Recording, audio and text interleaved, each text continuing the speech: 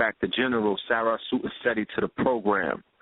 2014 was a year that will go down in history for a resurgence of racially charged incidents that have redirected the narrative, resulting in a resurgence in activism and a much-needed retrospective on race relations. The forefront of this reemergence stands Black consciousness, the stewarts of a fight long forgotten, but as evidenced by these rash of incidents, a fight that is far from over, a fight that is just as much alive in these so-called post-racial times we live in as it was when the Black Panthers of law were pressing the line. Militancy is something that has been a staple of our character as a people ever since we realized the necessary determination it will take to break free of colonialism. Tonight's guest is one of the torchbearers of that storied legacy, someone who has been standing tall in the face of adversity and sounding the alarm about the threat in our midst, long before it became a trending topic, a hashtag marathon, or a marching order. We will discuss at length some of the issues we are facing as a people and what is the operable role right. one should take in this modern form of social activism that people are partaking in as the planet moves towards a revolutionary mind state and shifts into cosmic change. Tune in, family. Pens and pads on deck because class is definitely in session. Without any further ado, we open up the line. Caller from the 313. Peace. Peace. Peace. What's going on, family? My brother, man. Welcome back. Everything, peace to the God. Yeah, peace, brother. Yeah, I feel the energy. I can feel it already. Nah, hold on. We got to give you a salute, man. We got to let that chop off. It wouldn't even be right. Yes, sir. You know what I'm talking about? Well, welcome back to Know the Ledge. You know, it's definitely always a pleasure to have you on the program, brother. You know, it's always a pleasure for y'all to have me, brother. For real. Yes, indeed. It's been a while since I've heard. You know what I'm saying? I just recently heard that you did with. I heard two lectures. One with our brother Ankh. You know what I'm saying? I'm in Raw Squad. Big up, brother Ankh. That was a powerful lecture. Yeah, that was a powerful demonstration. Yes, and then we heard what you did with our brother Rich from the Underground Railroad the other day, which was also a powerful demonstration called From Kemet to Ferguson. So, you know, it's good to see you, you know what I'm saying, doing what you do back out there, swinging that sword. Oh, yeah. You know, I just figure, you know, 2014, because I just stayed off the internet as much, you know. But, you know, I went to 20 cities, man.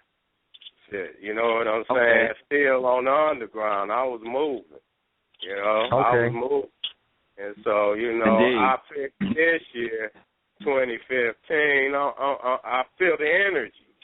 So I'm just there letting everybody know I'm going to be much more aggressive this year than last year. You know what I'm saying? I'm feeling like that. So, you know, I need, you know, it's going to push the culture. You know, I ain't think about no negativity, but I'm going to be on the hunt. You know, and motherfuckers ain't got to look for me. I'm going to come looking for your ass.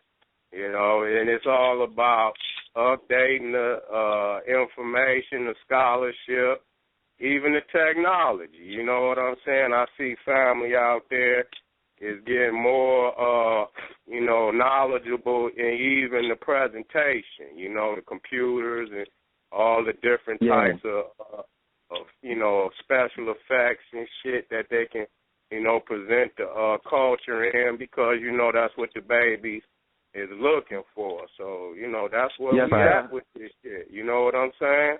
That's where we at with it. That's I'm doing a presentation actually next week in Boston, and I wanted to start it off in Boston because of the history with MIT and you know, Harvard and things of that nature. And we're going to go up there and we're going to take back technology from them people that's basically trying to put a face to something that we basically started and something that these new babies are being born hardwired for. So I want to take away the technophobia from the community and present solutions to show them that technology is a weapon that we're going to have to use in order to move ourselves forward. You know what I mean? So, of course. Yeah. Well, that's most definitely needed. You know, Marcus Garvey said that you know, this war was going to be based on technology. He said that. In the philosophies and opinions, he said that the driving force of man is industry and technology. You see what I'm saying? Yes, sir. He said it. Oh, yeah. That's said it. And Elijah said it. You know what I'm saying? So that's right. You know, that's right. That clears this under those umbrellas inside of the community who may feel as if they just want to participate with technology from a smartphone.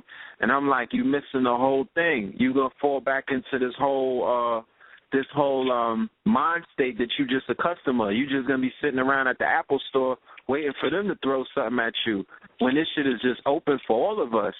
So if we could marvel over the advances that ancient Kemet pushed into society and civilization, and we could marvel over what the Moors might have done with their technology and their literature and things of that nature, then we need to sit down and figure out in right now, in the present day time, just looking a lot like the future, what is it that we could do with these brilliant minds of ours to take these little, because it's just numbers, it's just binary codes, and it's a different language. How can we use that for our benefit and turn somebody else into a customer for once? So that's right. Of course. Yeah. You know, we should be trying to do everything that we need for our survival. We should make it with our own hands. You know what I'm saying? That's the bottom line. I don't give a damn what it is. You know what I'm saying? If we need it in the course of daily survival, we should create it with our own hands. And that includes, and you know, just like you said, the basis of the computer is out of chemistry, period. You understand what I'm saying? And even the modern shit that you see, you know, the very resources that create the damn computer, the resources that make the sand and the silicon and all of that shit that go inside of it, we control that. You know what I'm saying? So, you know. The whole technology is African. Yes, sir. Yes, sir. It's running off of an indigenous mineral-based, you know, platform, and the resources that they're mining to make these things operate. That's our family. You know, the oldest family on the planet is the mineral kingdom. The second oldest family is the bacteria kingdom. So the bacteria that we have to make up who we are and the minerals that we have inside of us to make up who we are, we have the superior claim to have that first relationship. You know what I'm saying? We can establish our case from that place. You know what I'm saying? Like, who got these minerals in them? You don't got these minerals in you. You feel me? Like, these minerals resonate with us. You know what I'm saying? We are these minerals. That gold, that oil, and that diamond, that's carbon. You know what I'm saying? We know who don't have that relationship. We ain't got to look too far. So it's time that we boss up and understand that. Like if you continue to address the issues, and the rest of the brothers and sisters, it has expanded. It has. The knowledge has expanded. This young generation did get a chance to see some things, much more so than any other generation before. The last 30, 40 years. Shit, I mean, or even before.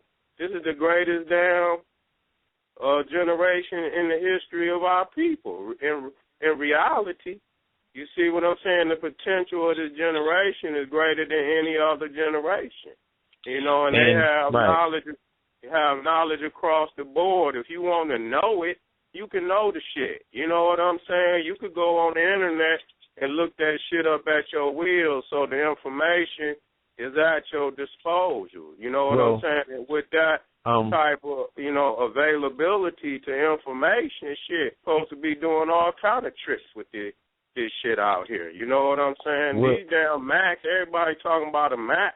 It's still, some more for me to know, but I'm doing tricks on the motherfucker. And I don't even I didn't get no damn teacher or nothing. Majority of your work is PowerPoint, ain't it? Yeah, well, it got Mac. You can get PowerPoint from Mac, but they got the No, I'm saying the majority of the work that you've done prior to this, your presentations have been PowerPoint, correct? Yeah. So which goes to show you, you can utilize whatever is at your disposal, not the trendy thing, not the thing that's in. The thing that people have disposed of can still be utilized as a teaching tool / weapon. So, that's what it is for me. That's all it is a weapon for me. Yeah, that's your sword, right. And it ain't, I done know already, just in case the motherfucking electricity go out, I got access to be able to teach in a multiplicity of ways and shit, It's a costly thing, but even if the lights went out, I'd still be able to teach the same thing because I put it in differences of media. You know what I'm saying? Photos, put it on a CD. Take your photos to CD. You know what I'm saying? That might be even better than even putting the shit on thumb drives and terabytes and all that shit. So his ways of preserving shit and just having it in the mind. But this is a modern era of references and recording, and so you have to put that shit. Sometimes you have to write that shit down. Paper is still. You can keep paper. Shit, you can lose a file on the internet with the quickest, electric jolt your goddamn computer. Yeah, they can zap that. Yeah, they can zap that. Yeah, but what you've written is yours, and we tell people all that's your spell. You feel me? You put your energy into it. You've carved a wood because paper is just wood. So if you've carved you carve wood. You know what I'm saying? You carved your intention into that wood. It's permanent. So the plant kingdom is now what you're interfacing with, one of the oldest kingdoms. You putting that lead on it, that's Saturn, that's, disciplining, and all of these different things that we overlook as so unconsequential are actually the things that we prided ourselves upon as an ancient people because we knew this was the science. The science is not the shit that they doing at MIT. That's confusing. The science is very simple, and it could be done in nature with none of that shit. Right, that's true indeed. I agree with that. Science is the basis of just knowing. How you get to the answer is on you, long as you got a method that you can show us, or how you. That's right. Trial and error. Well, how trial and error. How did you test it? Yeah. Yeah, that's all. That's all science is. And so the methodology is different amongst the people. The white man science, he finding everything. The shit was there. We didn't have to look for nothing. So we don't have to have archaeologists. That's just one science we didn't have to have. The white man is the one digging up everybody's shit. So he developed archaeologists. That wasn't part of our sciences. Shit, you know what I'm saying? He always looking. His we understood, looking. We weren't looking for shit. We had already found it.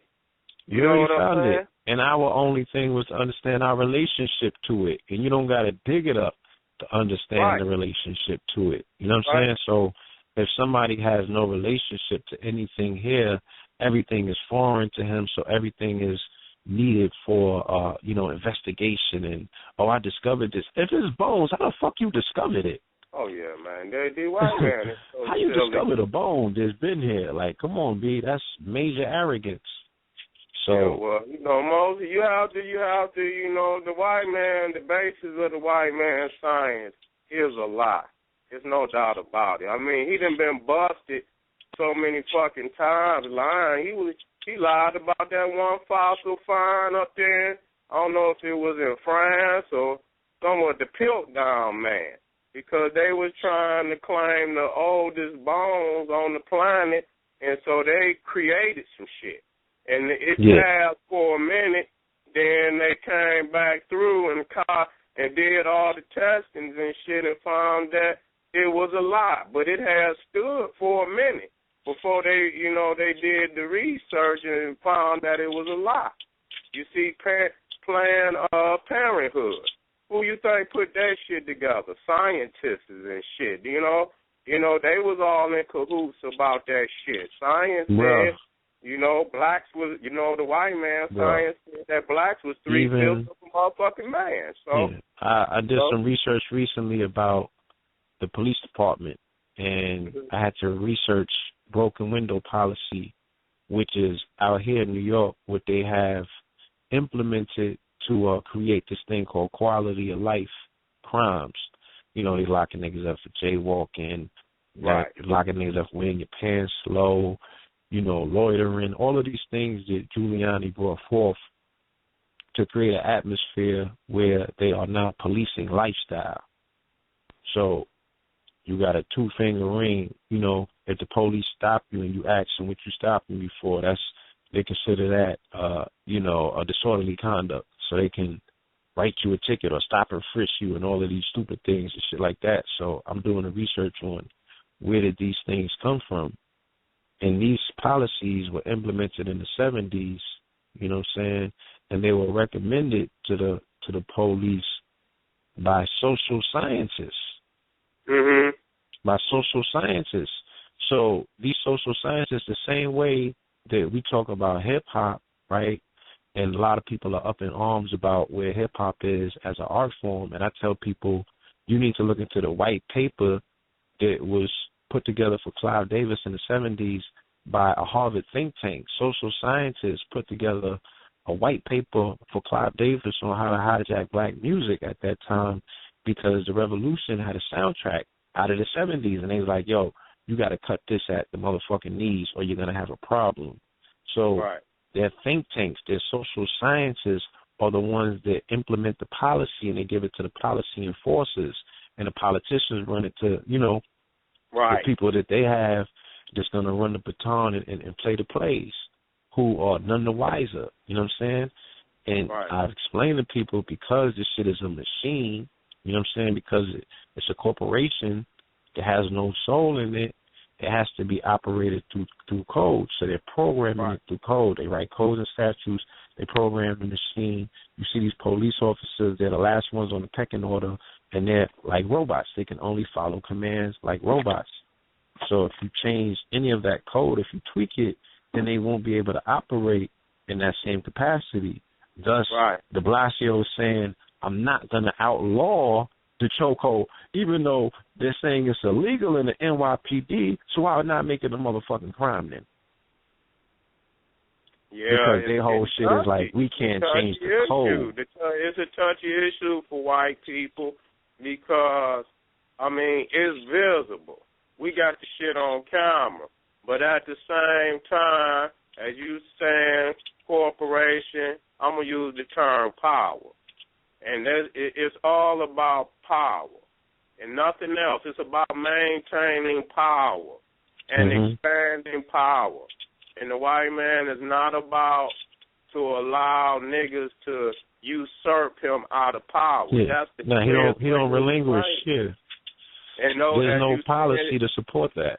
That's right, and then and I'm in agreement with you. They're gonna you write out the calls out. They're gonna send it down to their ranks and files, the chain of command, and they go to the bottom. That's why I've always said that the white man is not going to convict his soldiers for doing what the fuck he told them to do. No army gonna do that. And so we got to quit thinking that we can apply spiritual laws to the white man, cultural laws to. He don't give a fuck about that. He's not playing by that. You cannot use the 10 Commandments, the teachings of Jesus and Muhammad towards the white man. He could care less about that shit. No, you understand what I'm saying? His commandments is the rule of law. That's and he represents a direct contradiction in his own society to where he calls you as a separation of church and state. Because under his law, right, that he operates under and he tells you everyone else has to adhere to, he says there's nothing above the law, not even God. So if your commandments are telling you put nothing before God, aren't you in direct conflict by following this motherfucker's laws and that's your own or your own commandments? So that's how he creates. It's a total contradiction. Well, see, the thing is that it was all right to be Christian when America started because there was no other religion over here but Christianity. Might have been a few little Quakers and this, that, and the third. But see, and so the white Christianity served him well. It wasn't no major thing about church and state.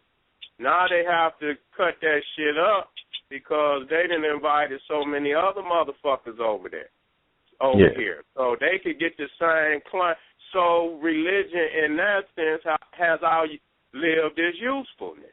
He can't use that religious shit is over for him because he done invited too many that's not too many because he didn't invite nobody.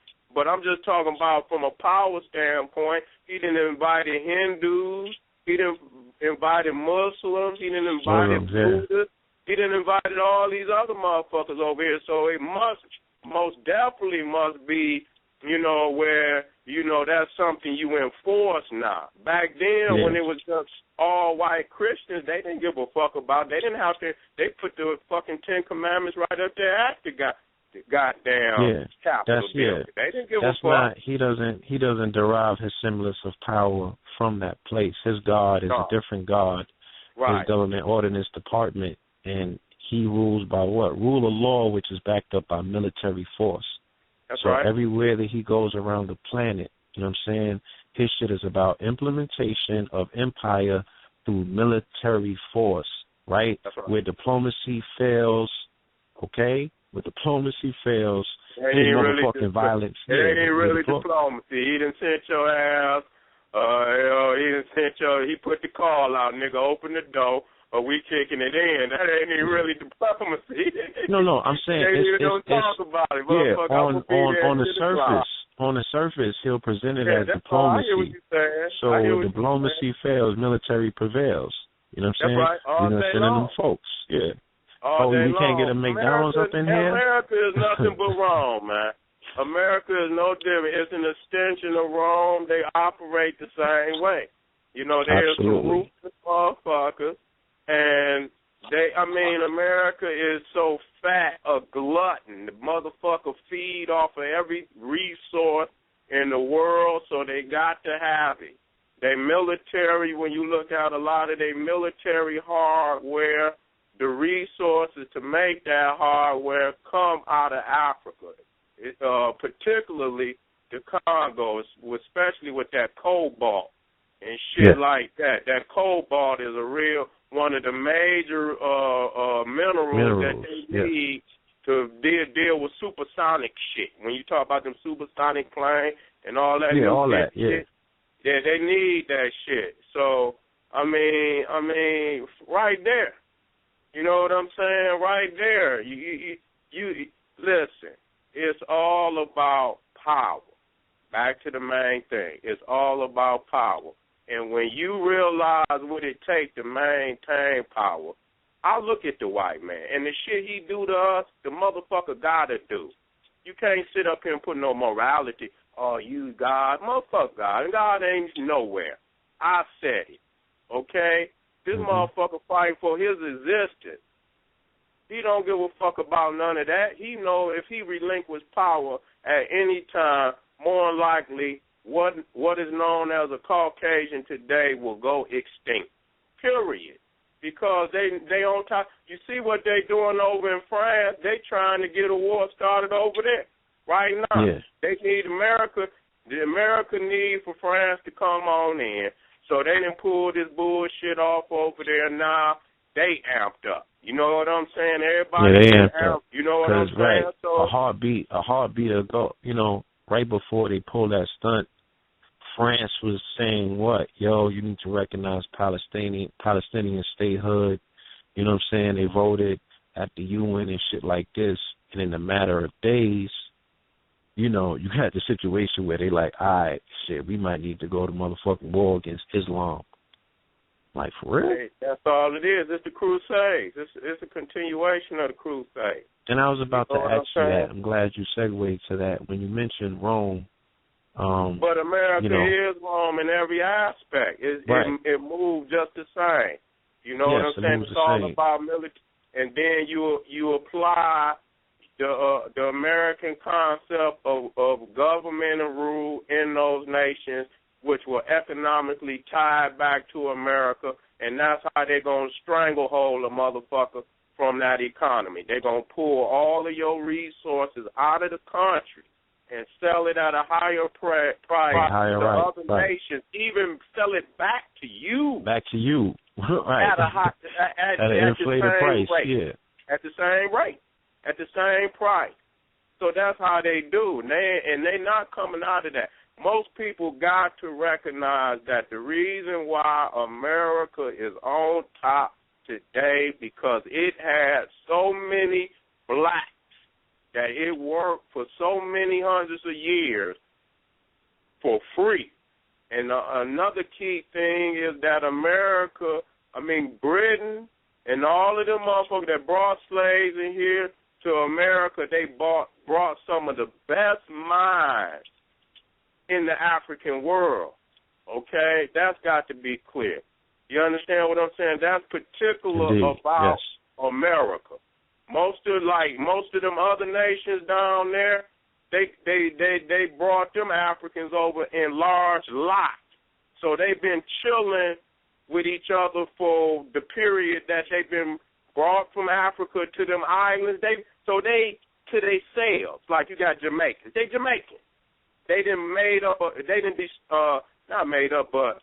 built up their own culture that distinctively separate them from the other islands. They have something unique unto themselves. Right. But see, the thing about America, through the Willie Lynch, they was buying in small lots. So they was buying from all over because they didn't want the type of revolts that was happening down in South America. When you buy in large lots, people are brothers and sisters, family. They speak the same language. They can organize much better than Africans that's coming from all over the place and they don't understand each other's language, and that becomes a barrier. And so that's what Willie Lynch was trying to teach these northern crackers to keep that shit from happening up north. Right.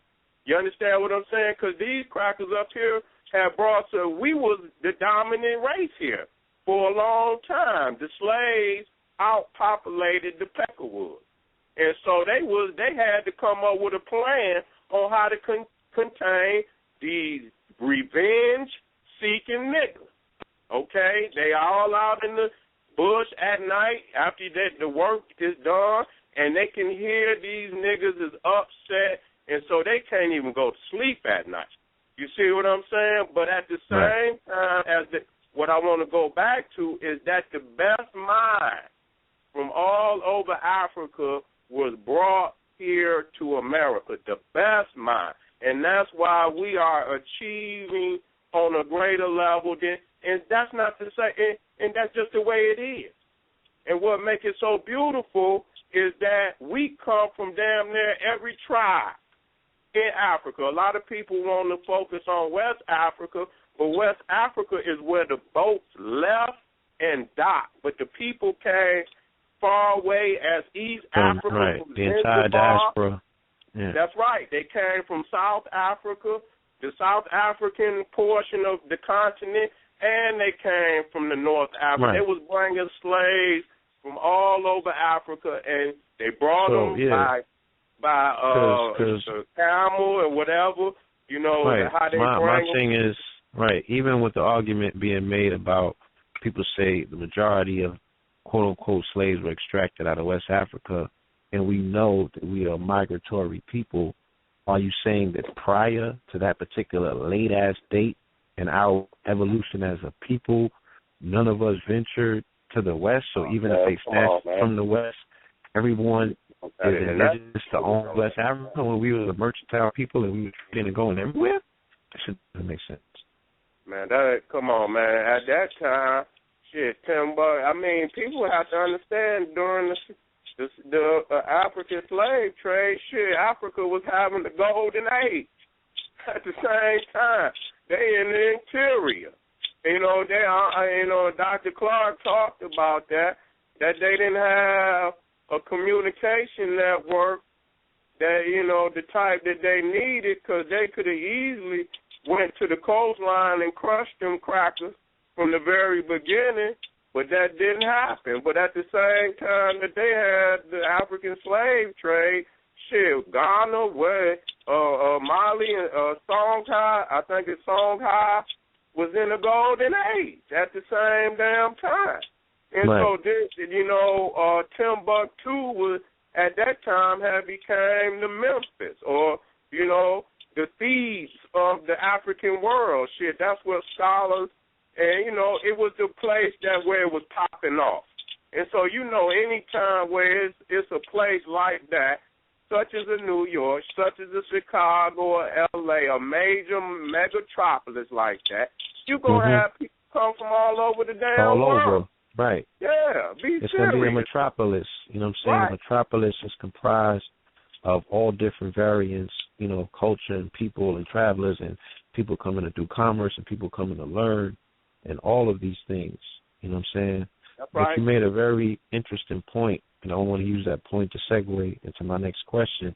You were speaking about the fact that when they did come in, more than likely, the only way that they were able to overcome us in that particular situation is that there had to be some sort of inner conflict at the time where our communication system wasn't effective enough to work. You know what I'm saying? So this is a kind of thing that we also see in more Spain.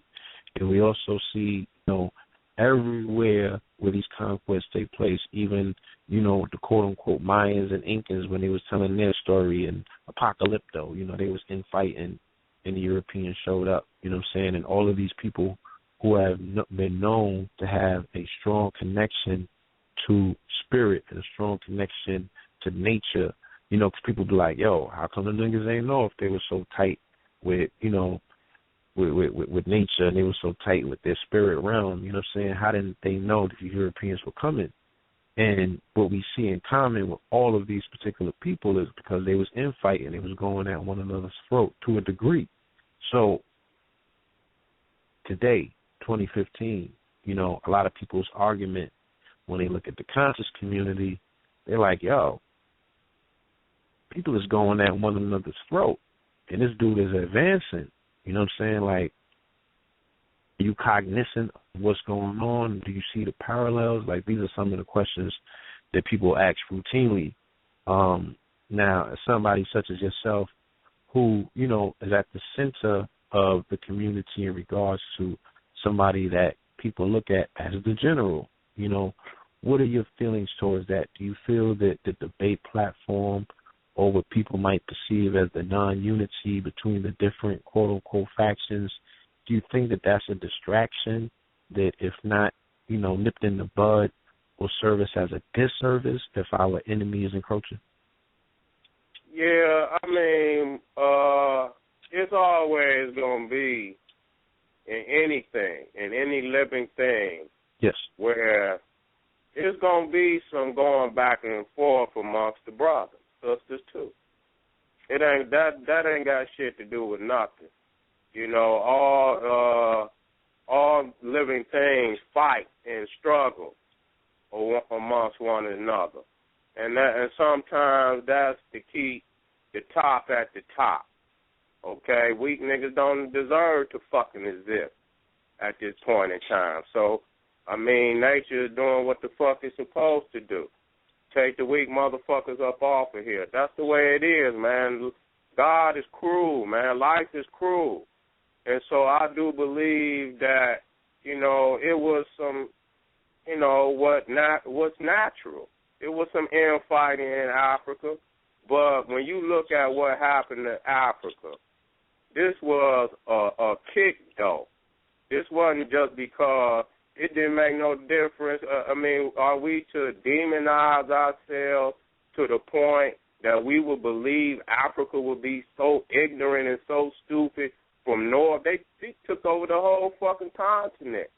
So that ain't had they didn't give a fuck what was going on in Africa, whether it was peace, whether it was brother against brother.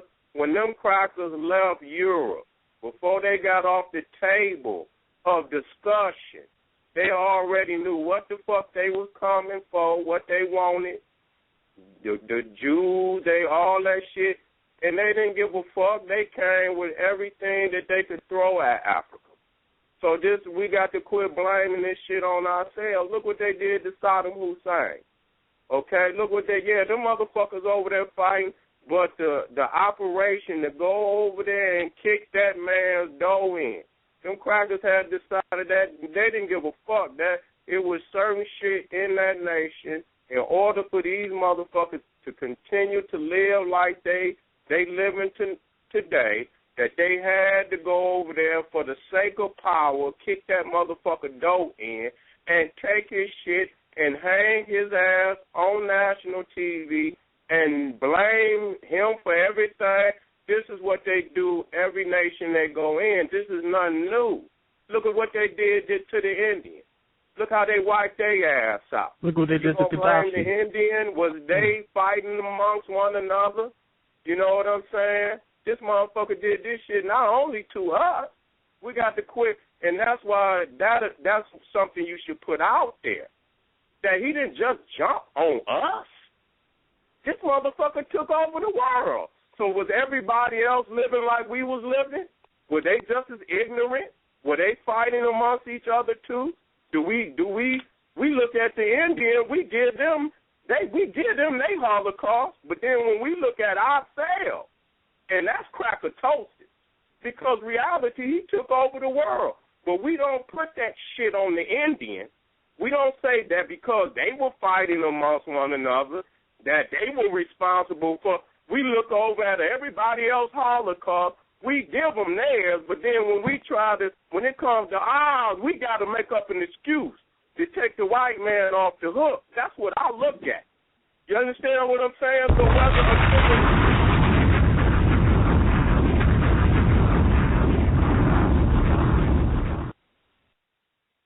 all right. Yeah, I just wanted to bring that out, brother. That's niggeritis. That's crackatosis and niggeritis, man. Straight up. When motherfuckers are, that's that nigga shit. Always trying to blame the man. This man done kicked the man dough in, raped his wife and daughter, slayed his son, took the man animals, took every motherfucker, took his land, denied him right to his own ancestors' land. I mean, goddamn, man, and he, like I say, he done did this shit all around the world. He got motherfuckers colonized from Japan into the South Pacific, all off into the Pacific. This motherfucker got islands in the Pacific, Atlantic. This motherfucker got colonies all over the world.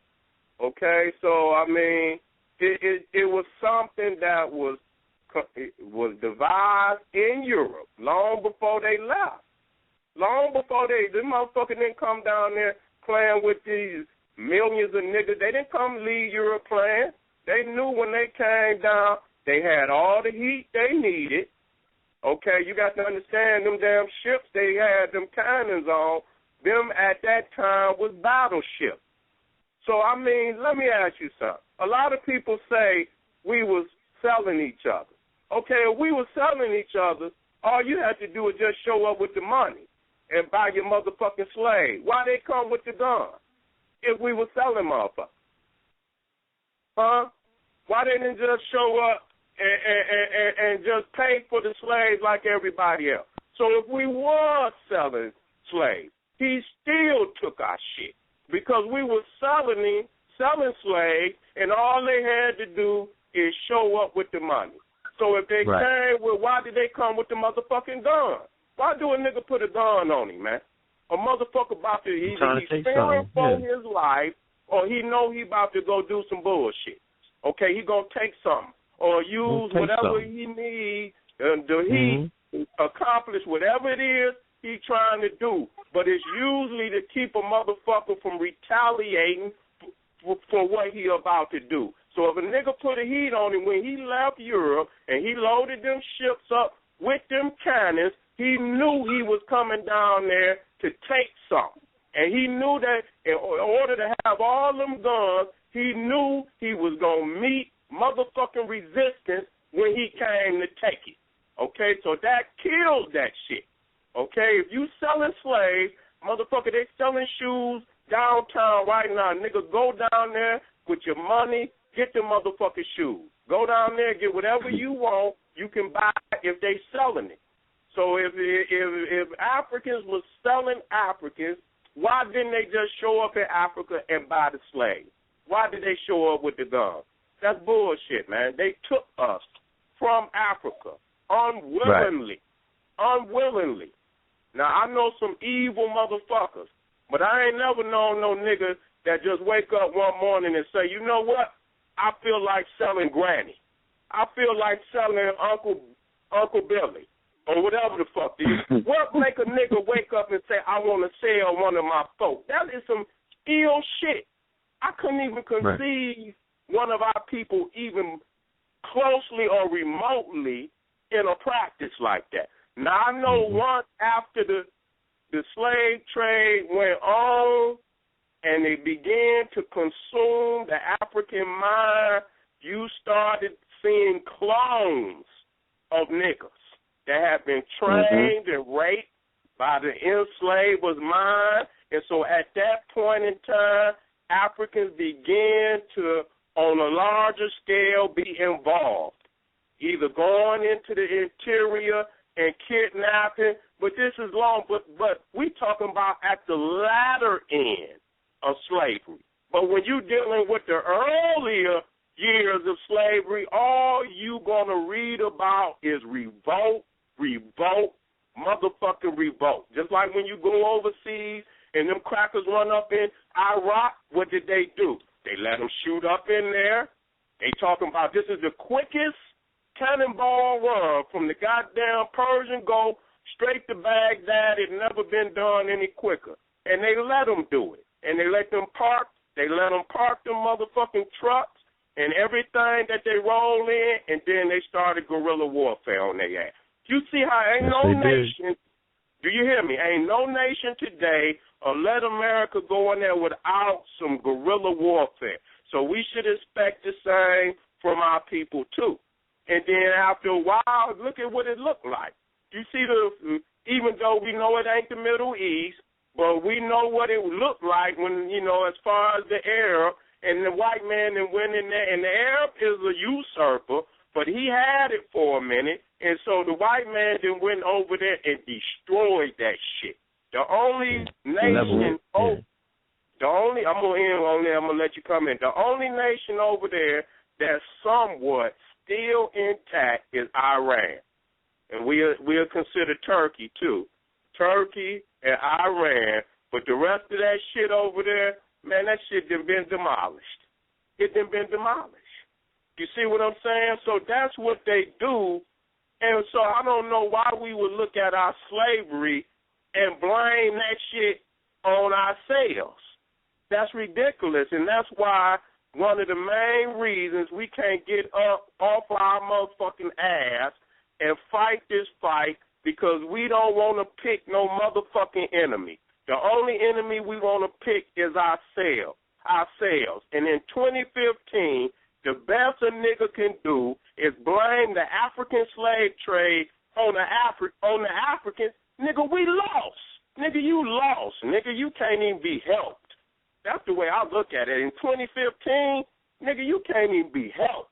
It's enough scholarship out there where a novice, someone in the culture, a novice can catch that. You see what I'm saying? So I'm going to end on that note. We got to quit being infected with this crackatosis and niggeritis. Okay? The niggeritis is when you want to blame everything bad on black people.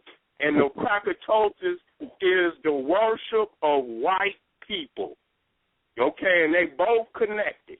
Okay? They both connected. If you got one, it's almost a guarantee that you got the other.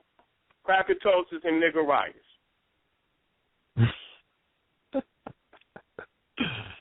That should sound clinical. It is. And we got one of the only known cures on the planet over here at the DPC. We'll get your ass right. We'll tighten your ass up quick, nigga. For real. Get all that shit up out. We got to get that shit up out of us. You understand? I mean, look at what they doing to us all over the country. They did that shit in Africa. Ain't nothing changed how they shooting us down. Look at that. These young boys and young queens ain't did shit to these police. They shooting them down. So what you think they was doing in Africa? Got one slave dungeon for the babies, one slave dungeon for the women. They was breaking us up during slavery. They was already implementing a lot of that shit on the coast of Africa long before they even brought us over here. When they put us down in the goddamn ship, they put the babies in one, the women, and I don't understand how you could separate the babies. So how do they expect them babies to eat? I mean, it had to been some sisters over there, but I didn't see an image where it was just all babies. So we don't know what the cracker feeding our babies, what the fuck was going on. You understand what I'm saying? So this is the look at what happened to the Jews. Didn't nobody blame they motherfucker, and them was some stupid motherfuckers. Because the Germans and all the motherfuckers over there was sending them hits. Like, bitch, get on up out of here. We tired of you motherfuckers coming over here and taking over the economies of our countries and shit. And, you know, they were sending them messages, and they stayed over there greedy, evil motherfuckers, even to their own brothers. Until they but don't nobody blame that shit on them. They get their Holocaust museum. They get their Holocaust museum, even though it happened in Germany. They got $100 million museums right here in America, and the American taxpayers. One in New York. Everywhere that they're at, they have a museum. Yeah, they got a big one in New York with a step pyramid on the motherfucker on top of it. With a step pyramid on top of it, and you go inside, and they calling out all them German motherfuckers. The one thing about the Jew, he called them Germans out by name. Swatzenson, whatever the motherfucking name. Put his fucking picture up there, put his name up there, tell you what camp he was at, what he did, how many Jews he supposedly killed. You know why they ain't gonna give niggas the same money, the same right to have a Holocaust museum? Because you will be putting their great-grandmammies and their great-grandpappies up there on that wall. And then you'll be put and showing the world how wicked they grandmothers and grandfathers were. And so they ain't going to let you shit on their bloodline? Huh? They ain't going to let you shit on the bloodline. They have to keep the bloodline intact. Who's going to do that? We got to go back to power. It ain't about right or wrong. You might say that's wrong. They don't give a fuck. You not about to shit on my mama. That's all they say. And I'm the motherfucker in charge, and whether they did it or not, I don't give a fuck because they set me up to be in power, so it's a beautiful thing. They don't give a damn. Them same crackers that you can look at on them photos, hanging our foremothers and forefathers. That's right. They got them same peckerwoods on their wall as their grandmamas, their granddaddies, their uncles, and their aunties. They are 70 and 80-year-old right now. You understand me? Right. So people fail to realize, that those same faces that you're seeing in the crowd, they're quote-unquote what you consider elders of their community at this particular point. That's right. That's so true. If they're not retired, if they're not dead, how can the whole attitude behind what you're seeing have gone anywhere? It wasn't forced out of them. Nobody whooped it out of them. They had to change their heart because you got a black president. Like, come on, or they got into the Cosby Show and they fell for Bill Cosby. Come on, man. That man, a lame duck. He don't mean nothing. Shit, he didn't, you know, they're going to make the corrections or wherever they need to make, you know what I'm saying, to make sure that it's going in the direction that they needed to go in. You know what I'm saying? So Marcus Garvey, anonymous, always said that it wouldn't make no difference of a nigga, because, you know, in reality, Obama ain't, you know, we keep saying that, but his mama is a European. You know what I'm saying? Mm-hmm. And I don't understand why people didn't understand that he's not a black man. I mean, the first thing you check, you want both mama and daddy, but the first one you check with, because you're going to know for sure, is his mama. And so people keep letting the man by, and he was just a trick bag. I understand the man got a black wife, he got black daughters, and we try to have some respect for the man. But the resume was consistent to what we thought the nigga was going to do. He have not done a motherfucking thing for black people. When a white man get in power, he looks out wherever his constituents come from, his state. He going to make sure that his people get the most. When goddamn Bush was in power, all them goddamn crackers in Texas got filthy motherfucking rich. Them motherfuckers went to Iraq and got filthy motherfucking rich. So the first thing you gonna feed is your constituents, your home base. This nigga ain't done shit for black people, man. Nothing monumental, nothing at all, man. You know what I'm saying? We ain't asking you, motherfucker, to paint the White House black, but motherfucker, we asking you to give us some key steps in trying to get our shit together, man. Give us some, some business loans, some business training, find a way so we can own some of these houses and shit, and so we can have something to pass down to our baby. What the fuck? This nigga can't even go into Chicago, his home front, and you got all these killings, and all he has to do is show up maybe 2-3 times a year, keep some type of program consistent for the people to let them know he give a fuck about Chicago. Do you think that weak-ass nigga could do that? He couldn't even do that. And they the murder capital. So right there, it's a failure. From that standpoint, his whole motherfucking term is a failure, because you're going to be judged first by how you perform on the home front, okay? Now, who in Chicago he feeding as far as black? Yeah, man, that nigga feeding them goddamn mafia motherfuckers up there. That's who the fuck he feeding. He ain't feeding no niggas, because Chicago we all need help. But when you see our family being murdered like that, to the point that the cracker talking about bringing the National Guard in, he ain't doing this. He letting this shit happen like that. So why won't this motherfucker come down? They talking about your people's there, nigga, your house there. Why don't you try to go in there and stop that from happening? Where you got to bring the National, you don't want that in your home city, and you the president, nigga. What the fuck is wrong with you? That's a total breakdown of leadership, okay? Total breakdown.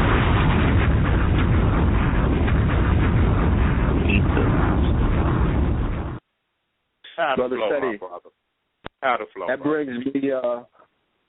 that brings me into this next question that I wanted to ask you.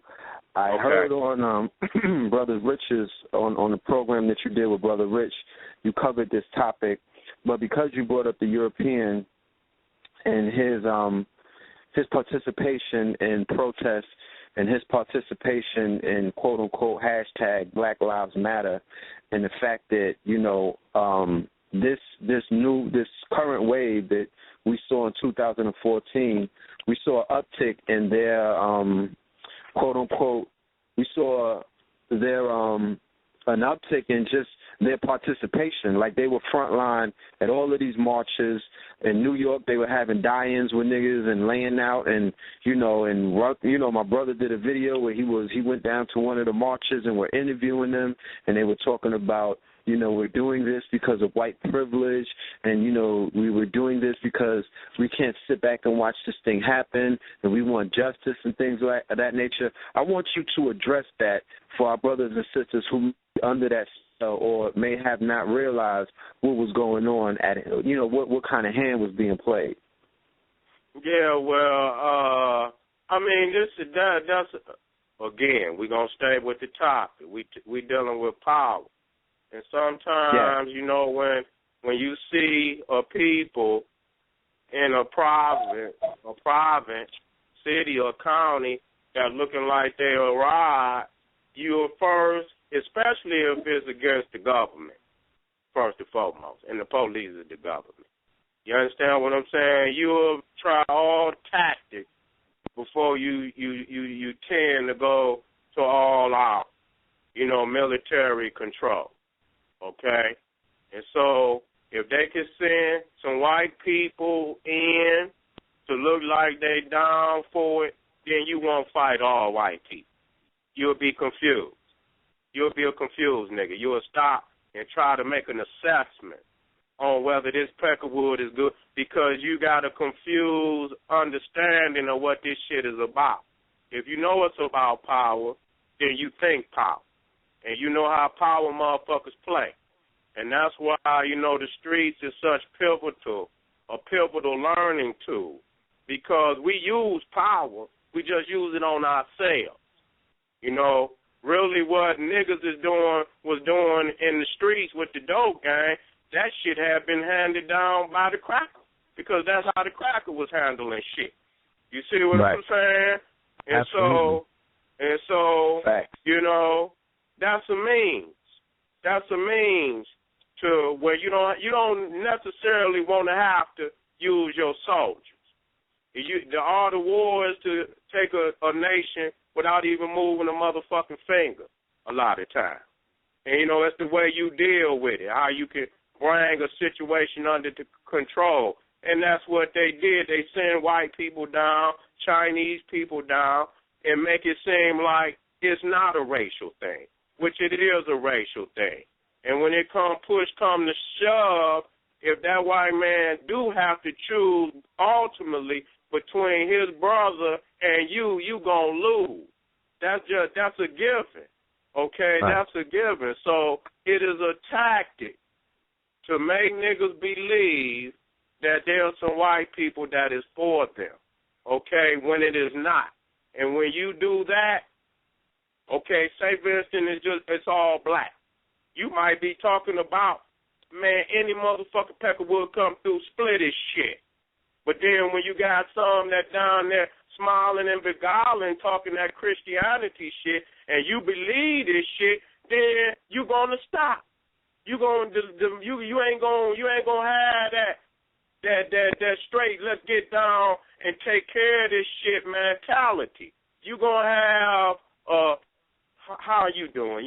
You're good. Yeah, I'm a Christian. Yeah, I believe in Jesus. Yeah, I don't understand what's going on. I wish we can all live together, this, that, and the third. And if you got that Christian gene in your heart, you're going to be more prone to try to love, be peaceful. If the motherfucker come and say he loves Jesus, you believe in Jesus, that's going to have you let down your guard. That aggressive nature that you originally had, that you was going to take. Now, when they burnt the shit down, this, that, and the third, and it was just them, before anybody showed up,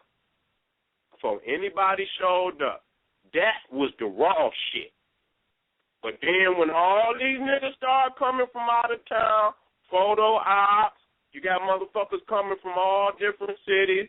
Bitch wouldn't stand up in his own city, but he'll run to somebody else's city and talk about fighting the motherfucking whole family back in the city he come from under total siege.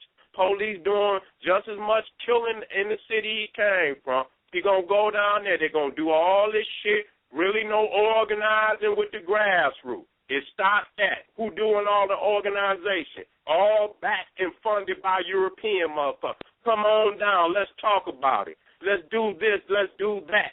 Nigga, that's a whole goddamn program that they bring in. And when they do it, you think they trying to make peace and they investigating niggas. They asking all type of questions about who do you think would do this, that, and the third. Can you get, and they easing in there, and that's all. It's a whole CIA thing, and they make you believe that something positive is coming out of that. And all of them motherfuckers is agents. It's a whole program. And now where we at? Right now, do you hear any fires burning? You hear any fires burning? No, you don't hear no fires burning. You ain't heard one peck of wood got his hair split for that boy. No, they waterboarded and ice bucket challenges that. You know what I'm saying? They damped that out real quick. Now, so, I mean, that's the reality of it. You ain't got no dead white people. How's that a revolt? Come on, man. Shit, the man was killed by a police officer, a white man, okay? You don't go jump on the stove. He didn't kill the boy. You know what I'm saying? So, there it is. There it is. Now, you've had past experience in St. Louis. You know what I'm saying? You've been through there a few times. Can you speak to the character of what our St. Louis family's about? You know, what exactly was going on prior? St. Louis is one that is a hard rock Midwest city. It's bricks. Niggas and bricks. You know what I'm saying? So this Midwest area is got some hard-nosed cities. It's just all it is to it. Detroit, Chicago, St. Louis, Cincinnati, Cleveland, all up through this area. So these is Midwest hard rock cities. It ain't them niggas over there in St. Louis is about it. You know what I'm saying? And they didn't hit murder capital status, you know, in a year or two. I seen, you know, so it get wild over there. You know what I'm saying? But it's a mirror image of most, you know, what you would call mid-sized to big cities. They going through all the same shit, you know, that any other city is going through. But they had a certain point that we not at, because they was ready to burn the bitch down. But at the same time, it's bigger than that in 2015. You know, we have to have a program to where if we have to deal with this beast, it's going to be the last time. Because it ain't no coming back together. That's why I keep trying to tell niggas that. You know, you can't be throwing motherfuckers, just burning down. We way past that. Either you going to take what this motherfucker owe you or you will never get it. Okay? I don't give a fuck what program you got. If you ain't got if that don't work, a clause in it, I'm going to have to do what the fuck I'm going to have to do, then you're not going to ever get it, because the white man is strictly moving on power. That's what it's about, and maintaining and expanding power for his children as long as possible. Okay, so he's not going to give us shit, and we too far, and even though we, you know, our greatness shines sometimes, and a lot of people think we can exist off of greatness, and so the greatness will give us an illusion, you know, that, you know, we could just continue to just be superstars, and we, you know, that shit is an illusion. It's only a few niggas on TV, few niggas in the movies, few niggas on the mic. Okay, that's not gonna work. That illusion is over. We need land. We need our own government. We must have it. We must have it. We can't live under nobody else. We got to have our own nation with our own rules and our own culture. So, you know, on your travels around the country, you said you hit 20 spots last year, and I know that your calendar is full for many years prior to that. You know, what is the general consensus of the family? Are they ready for this? Do you have any plans yourself in your mind in terms of your vision about implementing this? You know what I'm saying? What's the first step that we take? Well, you know, I you know, personally, what I was thinking is that, you know, we have to start investing in Africa in a way that we can afford. Motherfuckers, you know, you have to start small with with our folk. You know what I'm saying? And let them see the power in the moves that they could make. And so one of the things that I'm going to be pushing this year is buying stock into upcoming African companies and existing companies that look, sound and solid, then looking like it can expand in the future, we need to start buying African stock. That's one thing we could do. Because, if, stock don't, cost all, a stock could be $100, a stock could be $10. You know what I'm saying? But in some capacity, we need to be investing in Africa. You got to start somewhere. We can sit up here and say we're going to buy some land. Nigga, we ain't going to get shit. Because you ain't going to get enough motherfuckers because we ain't got enough motherfuckers. After all the talking, you done had individuals do something. But as a people, we have done shit. You understand what I'm saying? Because now is probably more the time that peoples is ready to do it. We was duped. We was misled in the civil rights movement. So when we had the Garveys, the Elijahs, all the brothers, even a Noble Drew Ali, he was talking nationhood. That was the catchword. And they did not want niggas talking about nationhood. See, we stopped talking about nationhood and we start talking integration with the white man. And from that point, or the Martin Luther Kings and all them motherfuckers that fought for it, to this point, that is the disaster of integration and trying to be a part of America, thinking we were citizens. Thinking we were citizens. And that's the reality. We just now waking up again. And see, the thing is, what's so devastating, and they did all that marching too. All them niggas in the civil rights movement, them motherfuckers doing all the marching too. I watched the movie Selma. I watched the shit. And a couple of motherfucking marches, Martin Luther King decided not to be there, and they was out there busting their motherfucking head. I said, damn, Martin, you, nigga, you dunking and dodging, nigga. Come on, dog, you ain't even at the motherfucking march, nigga. And then when you get there, nigga, you turn around. I say, oh, man, come on, Martin. Don't do me like that. But that's what happened. You know what I'm saying? They destroyed our education system. Niggas talking about they want independent African school. We had them. So you niggas wanted to be the Peckerwood, wanted to go live near the Peckerwood, next door to the Peckerwood, drive the same car as the Peckerwood, and a lot of you niggas had the same woman as the Peckerwood. You understand? Everything white was right, and that's what niggas wanted to be. And then it took niggas up to this point to realize, degree or no degree, black people is still the poorest segment by far of this nation. In comparison to the effort and labor and technology and culture that it has given to this nation. That's ridiculous, man. It's totally ridiculous to continue to work for white people knowing that you already own more than half the nation by labor, sweat, blood. You own that. So if you don't make that motherfucker give you what you know he owe you, you understand what I'm saying? You're going to have to make a motherfucker do that. You ain't going to think this man just going to give you his power. You ain't even going to, you shouldn't even expect that. That's ignorant. So a lot of people are now coming back to the understanding that it's about nationhood, because it is. And it is about Africa.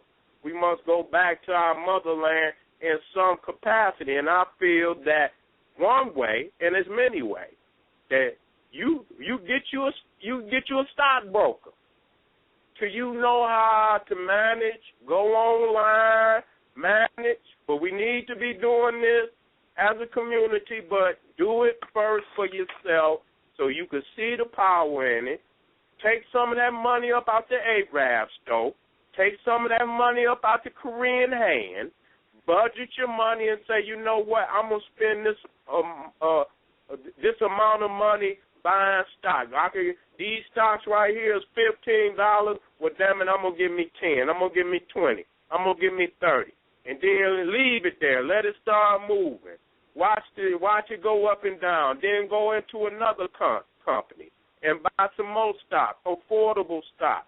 Do some research. See where these companies is going. see let's look at the resources of the product that the African company is selling. What is the future expectation and growth in selling this product and this resource? It looks good. By 2025, this resource will be wanted all around the world. We need to invest in it now and put some stock in it, and then go into another Africa. And when Africa see that we are investing in Africa, then they're going to reach their arms across the water even more than ever before. And so that's important. That's important. That's important. That's affordable, brother. Don't y'all believe? Is that not affordable? Is that not comfortable? Can we do that? That's right. That's so necessary. And then y'all come on with a show. Y'all come on with a show, and we'll discuss companies that we did research in. I'm going to tell you like this. When I went to the mineral show last February, I linked up with Africans that have mines. That, they pulling minerals out of the earth that they selling. They got diamond mines, they got gold mines, they got malachite. All of this stuff is considered commerce around the world. This is what China is over there getting. This is how they actually, trade their commerce. They trade them in stones. They take the stones out the country instead of the money. So, there are actual tangible companies that I can bring to the table that we can get involved with. And like you said, once we boast to these companies to a degree, where they're like, I seen 10, 15% increase in my profits, you the talk of the town, and thus the talk of the country, and you start doing that as wise investment groups because they have technological companies coming up in Africa that they're just not telling us about. They have a part of China that is African. It's called Chocolate City. We had a girl who lives in China now from here. She went to China. She set up her business. She's like, there's Africans over there doing a thing. She's like, don't believe the hype. You feel me? So these are the things that we need to get involved with in regards to, capitals over there, man, just as thriving as any other capital. Come on, man. Listen here. I mean, so it's on and popping. So we have to show, but that's where we have to step up and show these young Africans the new Africa. You see what I'm saying? And that's the best way. I'm going to have my own particular economic group, but I don't have no problem in sharing that with African people and I won't have no problem sharing some of my information with people. Indeed. But if they want a specialized, consolation, then you going to come on in, we'll holler. You understand what I'm saying? Because I'm going to do the work, and so that going to come with a small price. You understand? I'm just going to be up front, but I guarantee you when you walk out of there, you'll know what the fuck, because I'm going to invest. You understand what I'm saying? And in doing that, doing the research and doing whoopty-woo, I'm going to be a a brother that's going to hunt out the facts. You understand what I'm saying? Going to make the connections, because I'm going down this road. And so while I do this, I can help you, and I'm going to give people information, but I'm not going to give you everything. I'm not going to give you everything. Yes. You got to come holler for the other shit. You know what I'm saying? For real. Doubt. But I'm going to give you the way, and I'm going to make sure that you can get on the way. Okay? Now, when you want to go to the top, that's when you holler at me. You see, when you're ready to go to the top. It's once again, you know what I'm saying, I got to salute you, because it just shows that, we on that path. We on a similar path. Right. And, I'm excited because I look forward to putting some work together with you, because I know what it's going to take. You know what I mean? I know at the end of the day, I know the influence that you have on brothers and sisters in these hoods of America with a lot of expendable income, if you understand what I'm saying.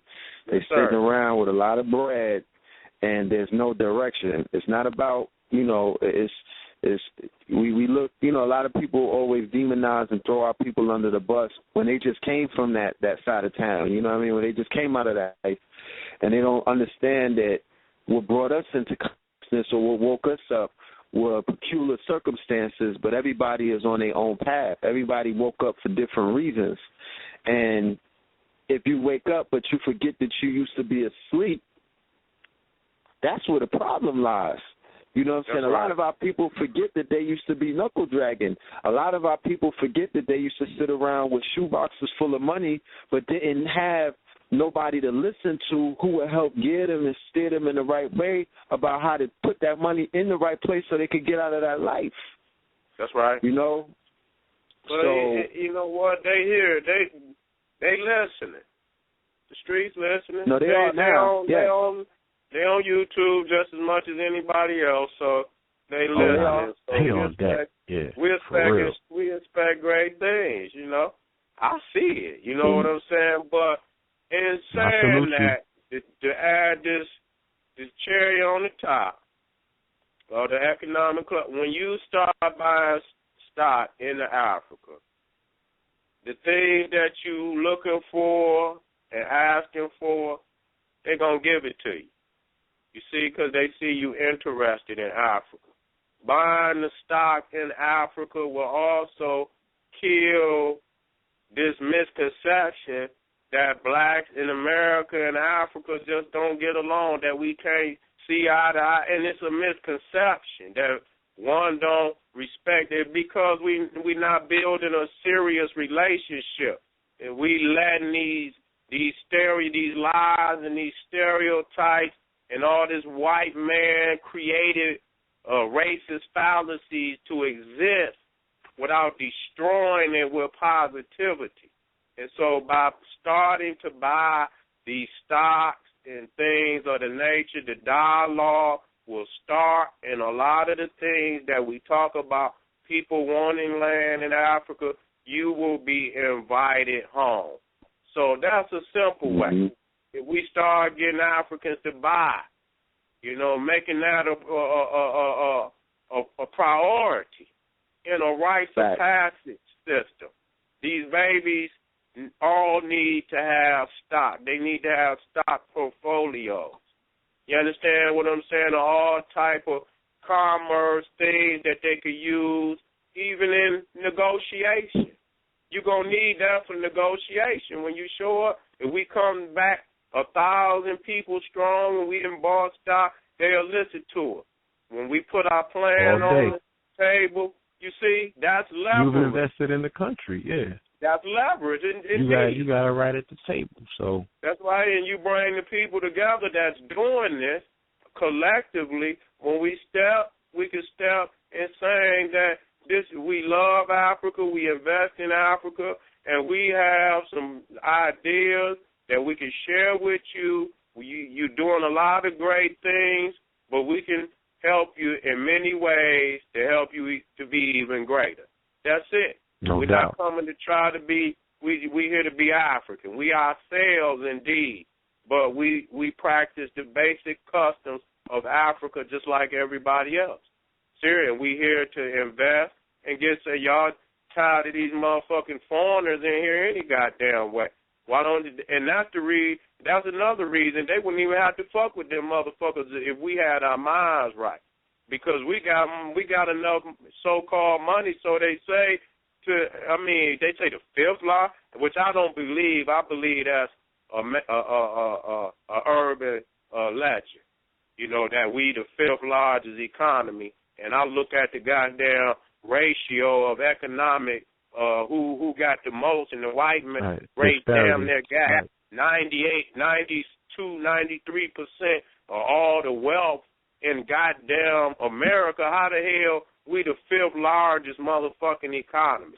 I don't understand that. It's like that's some shit some math I can't figure out. You know what I'm saying? But anyway, we got enough to make an impact on certain parts of Africa. We can make an impact on it. So start there this year. Find you a stockbroker, a black one, and let them guide you through the process on how to buy stock. I believe they will have all the different African companies. It might be magazines. It was one economic magazine on Africa that you could get at Borders or any of the bookstores. You go in there. I don't know what it was called, but it's an economic book all about the upcoming businesses in Africa. You could request companies to your stockbroker, get it going. Then you can go on the internet, go on and sign in probably just like you go to a bank or whatever, and you put your information in there, pull your stocks up, make your trades if you want to trade. Yeah, that's all you have to do. And once you get comfortable going in there, you might get comfortable doing it yourself where you don't no longer need a stockbroker. You know what I'm saying? Right. You got enough information to do it yourself.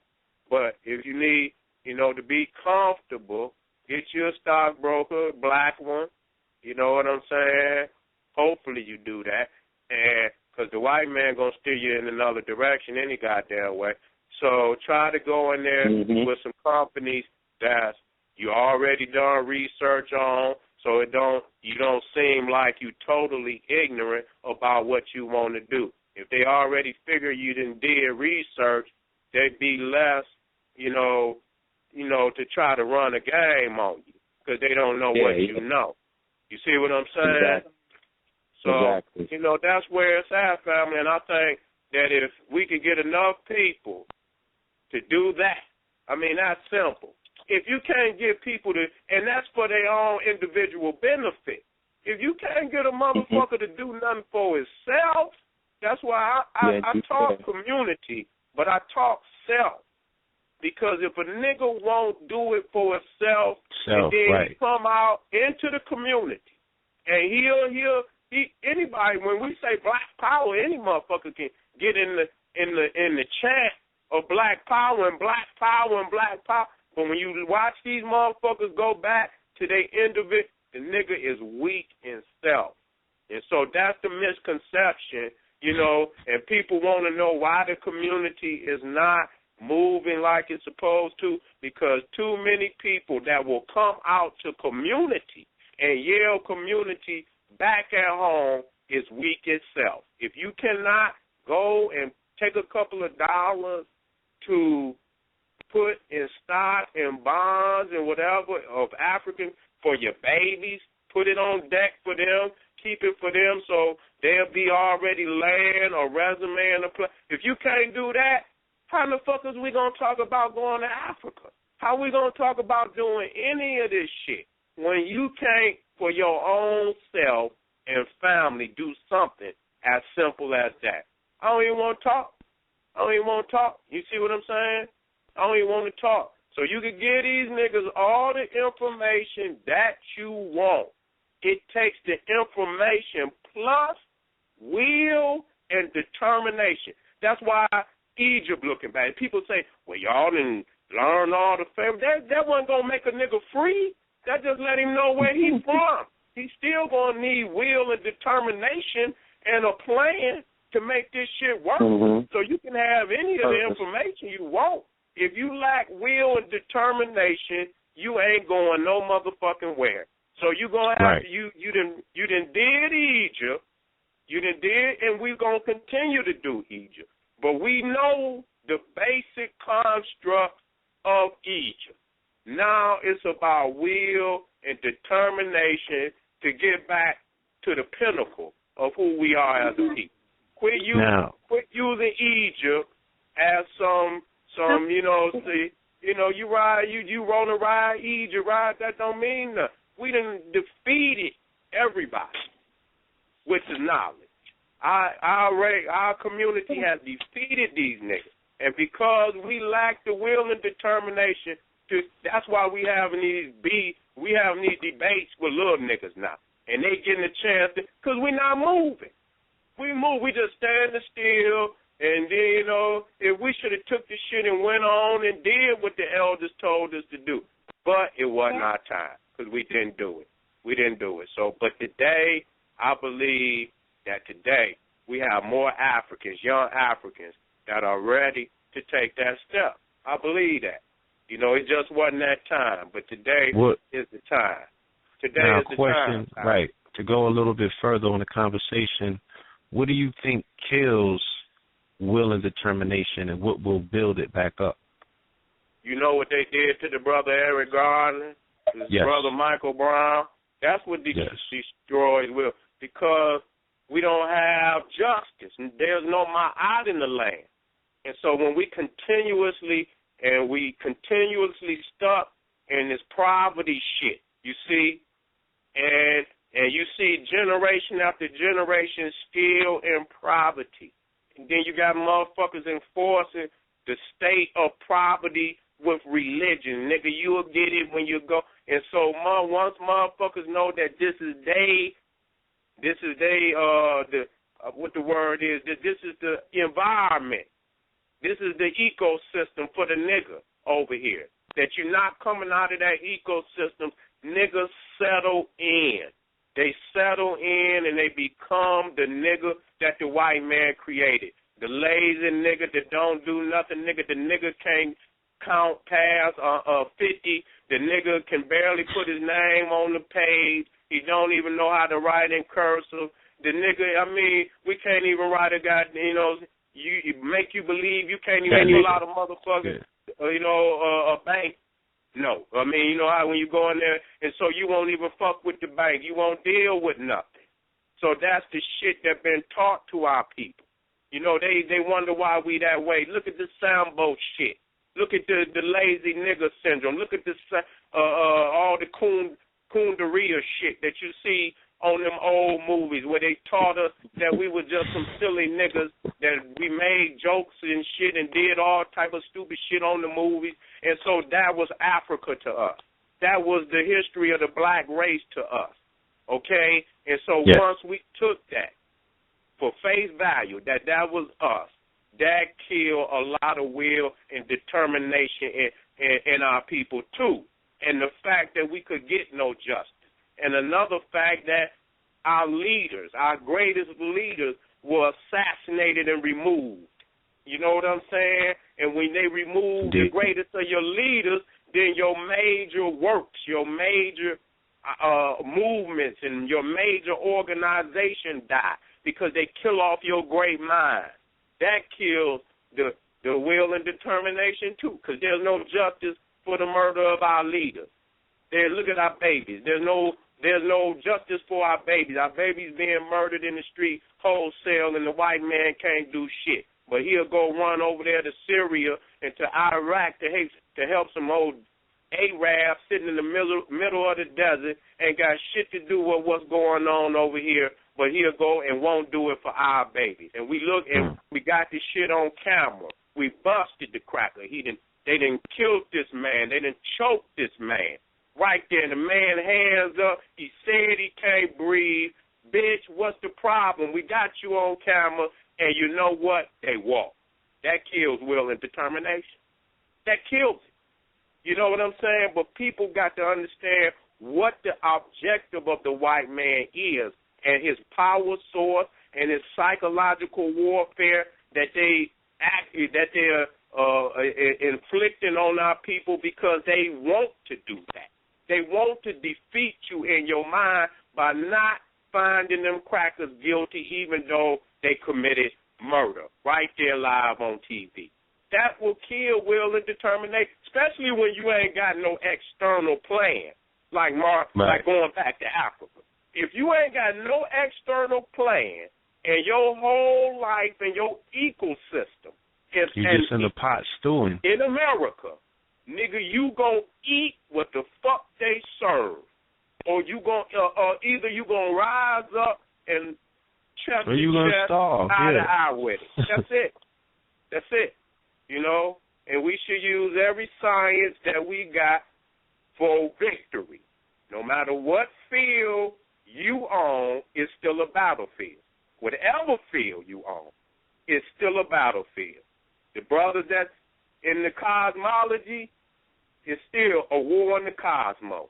If you're on the medical field, it's a medical war. It's a drug war. In every field, if you own If you're at the university campus, if you're a Moor and you're in court, it's if a war on that motherfucking field. It's a war. It's a war on any. So we should all be coming together, and not just coming together. That's it. We good. We good. We just need to fight. We need to, because the fight will rev up energy. If you want to be a little passive nigga, we don't need that right now. We need energy. And the fire going to come from the fight. The energy going to come from the fight. It will produce all type of fire atoms in the mind. That fight. Indeed. I heard you say something. Yes, sir. On Rich's show as well. You were speaking about synchronizing the working of the physical, dimensional, and the spiritual planes out.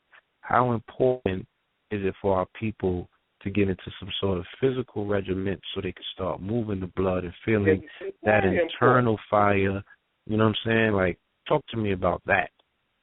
Well, when you look at the greatest African civilization, they all had a spiritual base. That's just something we can't get around. Right. And our war with religion is to reestablish that. We exist on the spiritual plane. We exist on the mental plane. We exist on the physical plane. It must be a balance. It must be a balance. And it must be an understanding at what time what card should be played. You know, and they all could be played. But sometimes you have to lead, you got that lead card. You know what I'm saying, that you come out with. So I'm not one who is not spiritual, but religion has usurped spirituality to where you have to destroy and rebuild the understanding of what a religion is supposed to do for you first before you even get one. Nigga, you don't even know what a religion is supposed to do for you. And so when you get in without that, you become a slave to that religion. You become automatically a slave to that religion because you don't know what a religion, and you don't know the parameters of a religion. A religion ain't never supposed to usurp your innate spirituality because you come with that. No matter what nobody, you come with that. You already connected to the universe, to the Creator. And the difference between God and the Creator is that God has an anthropomorphic image, meaning he's in the image of a man. The Creator is all-powerful, infinite. Ain't no boundaries, ain't no understanding that man could just run off the top of his head, and it's sufficient as a definition for the Creator. So when you talk about God, anytime you see a God, usually it's an anthropomorphic image. God got an eye, the eye of God, the hand of God. Anytime you look in the religion, God walked through the garden. What the fuck he walk on? He had to have feet. How he gonna walk? So you looking. So that's the thing. And you know why God has an anthropomorphic image? Because man created him. Man created God in his image. Not God created man in his image, but man created God in his image. That's why he projects God in an anthropomorphic way. That's the difference between the Creator and God. That the Creator is infinite, unknown. It is the seen and the unseen. So when you look out into the night and you see the stars and you see the moon, that's the infinite. That's God. When the day comes and you see the sun high in the sky, you see the trees, you see the planet, everything in existence is the Creator. God is some anthropomorphic figure that's given the credit for the creation of the universe. And because it's in the image of a man, created by a man, controlled by a man, if that man is not of your people for the best benefit of your people, then he going to create it for the best benefit of his people. And that going to make you a goddamn slave in it. When you understand that religion is man-made, that's all you have to, and that's why you have to destroy God to rebuild it up. So people, when you rebuild it up where the people understand what it is, who creates it, what it's supposed to do, I'm not mad about African people having religion, but once they understand that it's man-made, create your motherfucking own. Why you going to let another man create something that you could create for yourself? So destroying it and making people understand what God is, that is man's way of trying to explain the universe to himself. No God, no figure of a man that's supposed to be in the sky, the greatest thing ever created, handed no man, no religion, no fucking book, nothing. Man created every fucking thing in the book. He got the copyright on it. He got the publishing right on it. You can go right downtown, either Washington, D.C. or New York, to wherever they keep the copyright and the publishing rights, and I guarantee you on a lot of them Bibles, it ain't God's name on the motherfucking copyright application. Okay? I guarantee you. Oh, man. I guarantee you. So that's what and so that's my thing, is to take it back, that you already connected to the universe. You already connected to the Creator. When you was born, you wouldn't even be here. You didn't come here to find no God or no religion. You already connected to the universe, the Creator, by birth. All that part of the religion, I am, yeah. From all whence that you came. Yeah. Come in right here. Original sin is only a trick bag for you to give your spirit over to them crackers, the beast. Okay, that's a trick bag. Because if you believe that original sin is upon your head, then you're going to go through all the rituals, the whole layout, that the Bible got laid out for you, that the Torah got laid out, that the Quran got laid out. You're going to go through their regiment to get your salvation. That's it. You're going to go through their regiment to get your salvation. So the religion is a kidnap of your spirituality. It's a kidnap of your divinity. So first thing, you should get your divinity.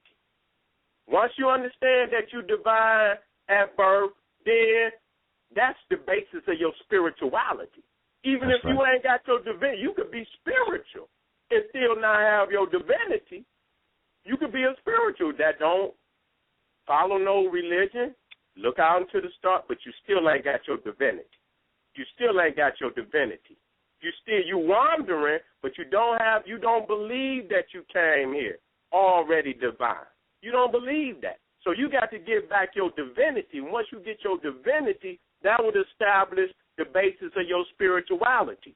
You understand? And your nationality and everything else will fall automatically in order. You can't have no nationality if you ain't got your divinity. You don't even know why the fuck you here. Your divinity will tell you why you here. If you look at all things in creation, they here for a purpose, a divine purpose. What is your divine purpose? That comes with your divinity. That comes with you at birth.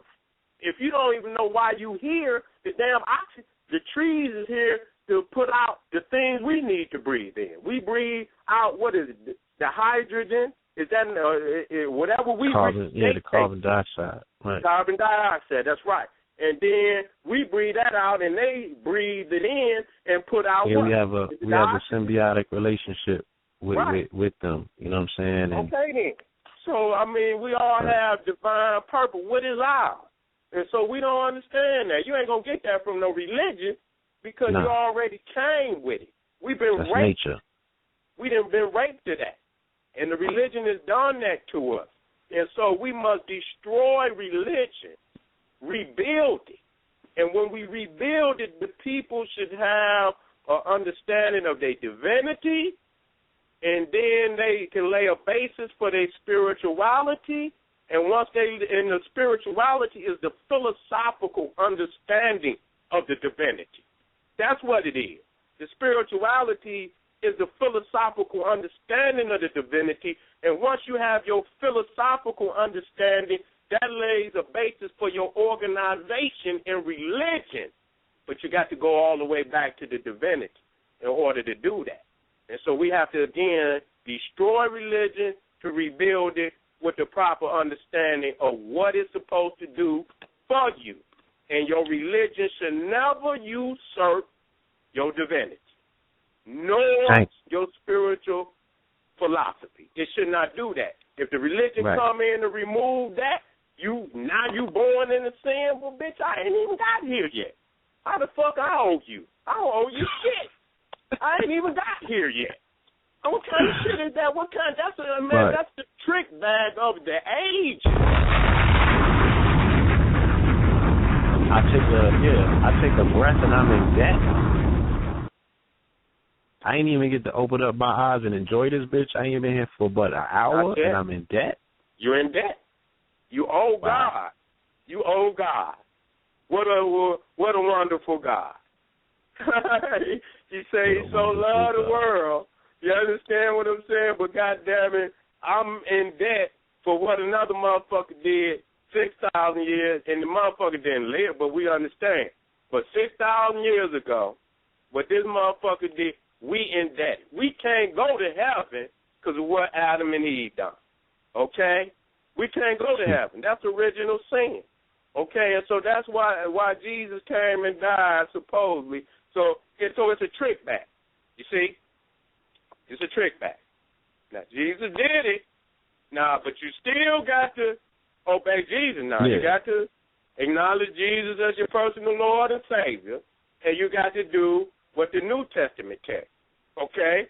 Then the Quran come and take you further and further and further away from your source. Period.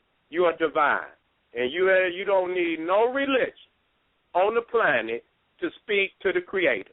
Just tell you up front. That's a fact. You can speak directly to the Creator from your mind and your spirit without any intermediary, any middleman. You don't need a preacher. You don't need a pastor. You don't need an imam or rabbi, none of that. You can speak directly to the Creator. And once you understand that, you'll get them pimps out of your motherfucking pocket, taking your money, talking about they going to get your prayer up to God, special delivery. You understand what I'm saying? You need to cut that shit out right now today. That is the major battlefield, that religion. That is a major battlefield. That is a major, major battlefield, and I know people feel that we are being decisive. We're not. We're doing what is necessary. We went to the table. We went to the table. We seen where we was losing, and that is most definitely more than 50% of the reason why we cycle out. And you say, what else kills will and determination?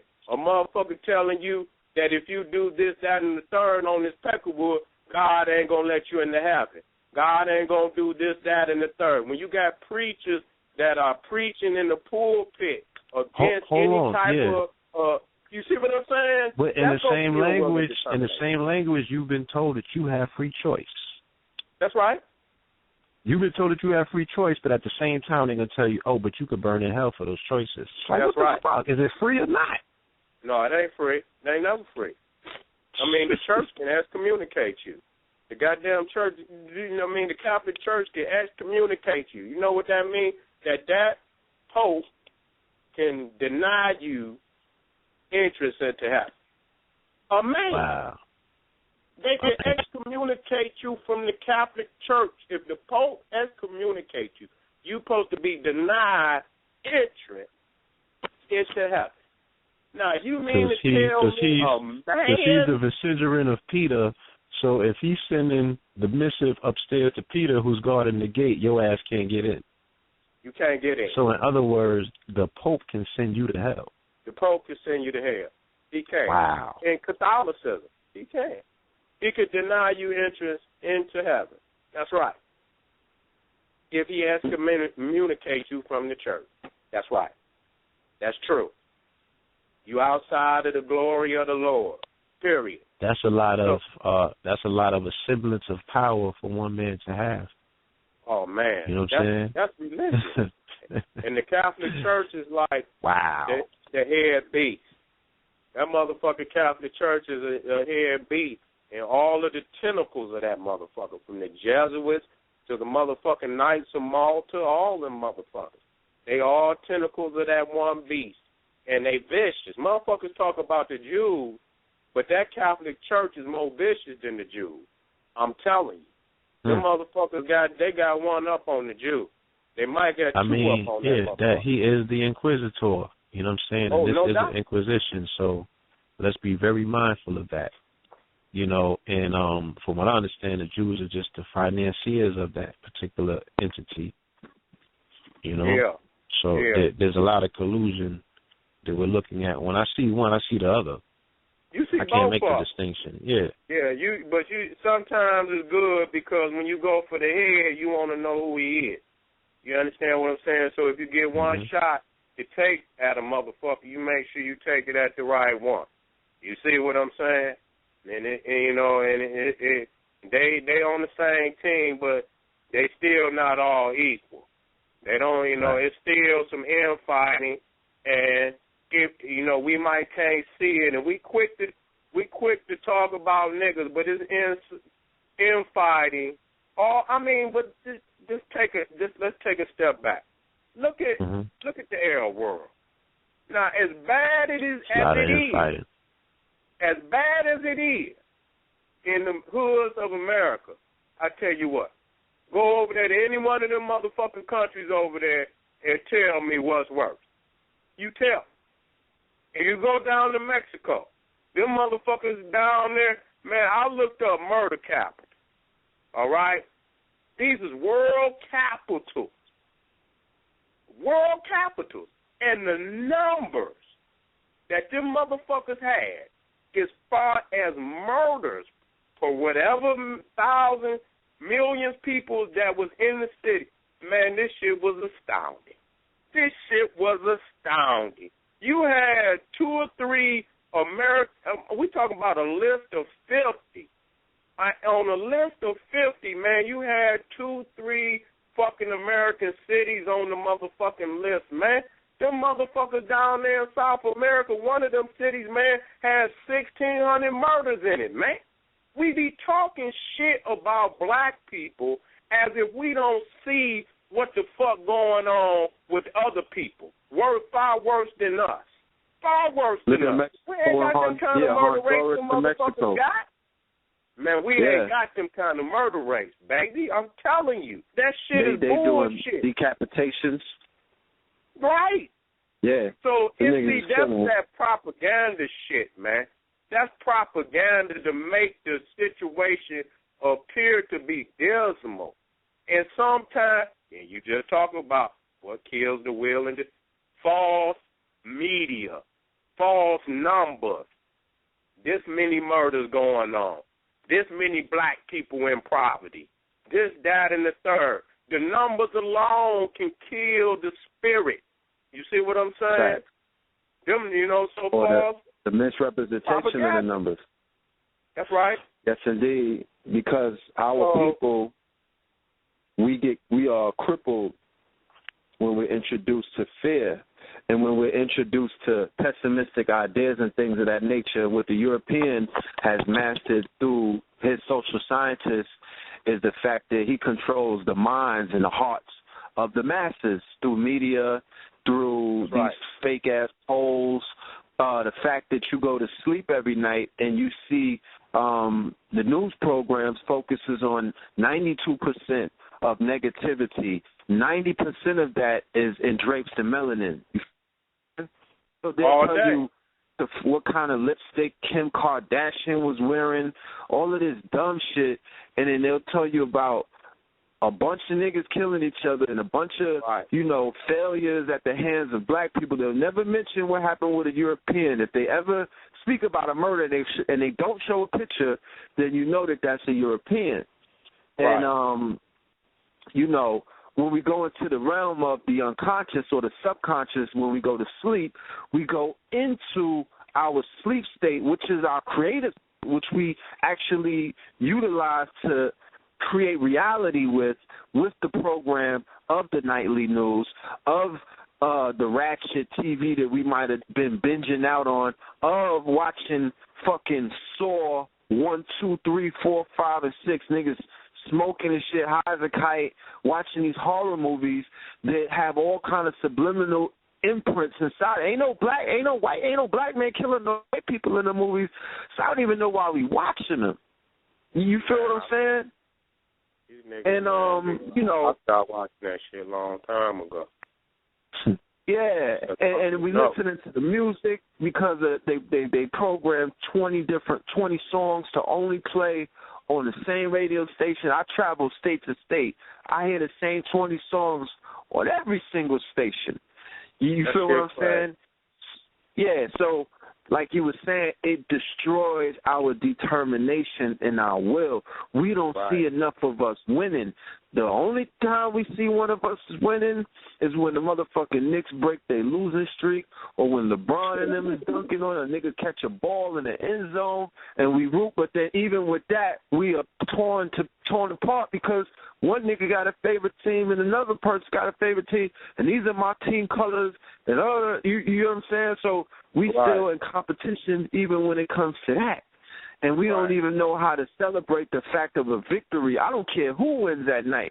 When I turn the news on, if anybody win, I get happy because I use that moment of being happy to project seeing us win as a whole on a whole nother level. I just need to I just need to use the energy of a nigga with a W, you know what I'm saying, just to spark me. Just to get a spark. I don't care if a nigga won a tennis match. I get happy. I know inside of that I could use that because we're losing too much in the public eyes. So we got to start celebrating our victories. We got to start celebrating ourselves. We got to start celebrating our people. And that draws me into the question that I wanted to ask you. Well, actually, we're going to get into this meditation real quick at 11:11. I know that the family has to take a break real quick and get their minds right. You know what I mean? We got a lot of people in the building. We're going to come back at 11:14, and I'm going to ask this question, and we're going to go into the call queue because we got a lot of hands up. The family definitely showed up tonight, and they want to politic with you. So let's go into this quick meditation, get our minds right and everything, you know, take a minute off, and then we'll be right back. All right? Hey. All right, family. Mani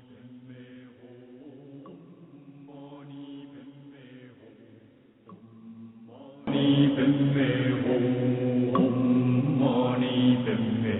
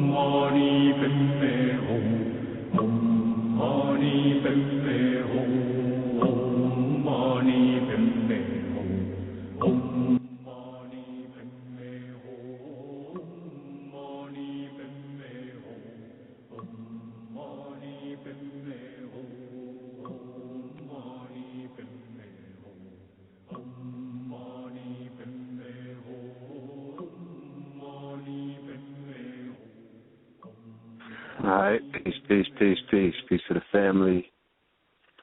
Peace to the family. Let everybody get themselves situated, and we will get right back into the show. All right. Brother SETI, you still with us? Okay. Our brother call dropped. We wait for him to call back in. In the meantime, between time, peace to the family. I just want to let y'all know this show tonight is sponsored by King.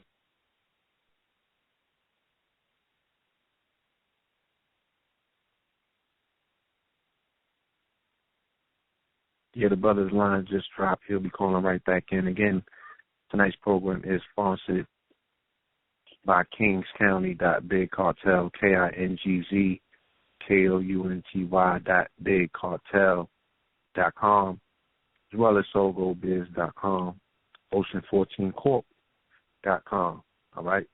Yes, sir. All right. Brother SETI, you with us? I'm back on.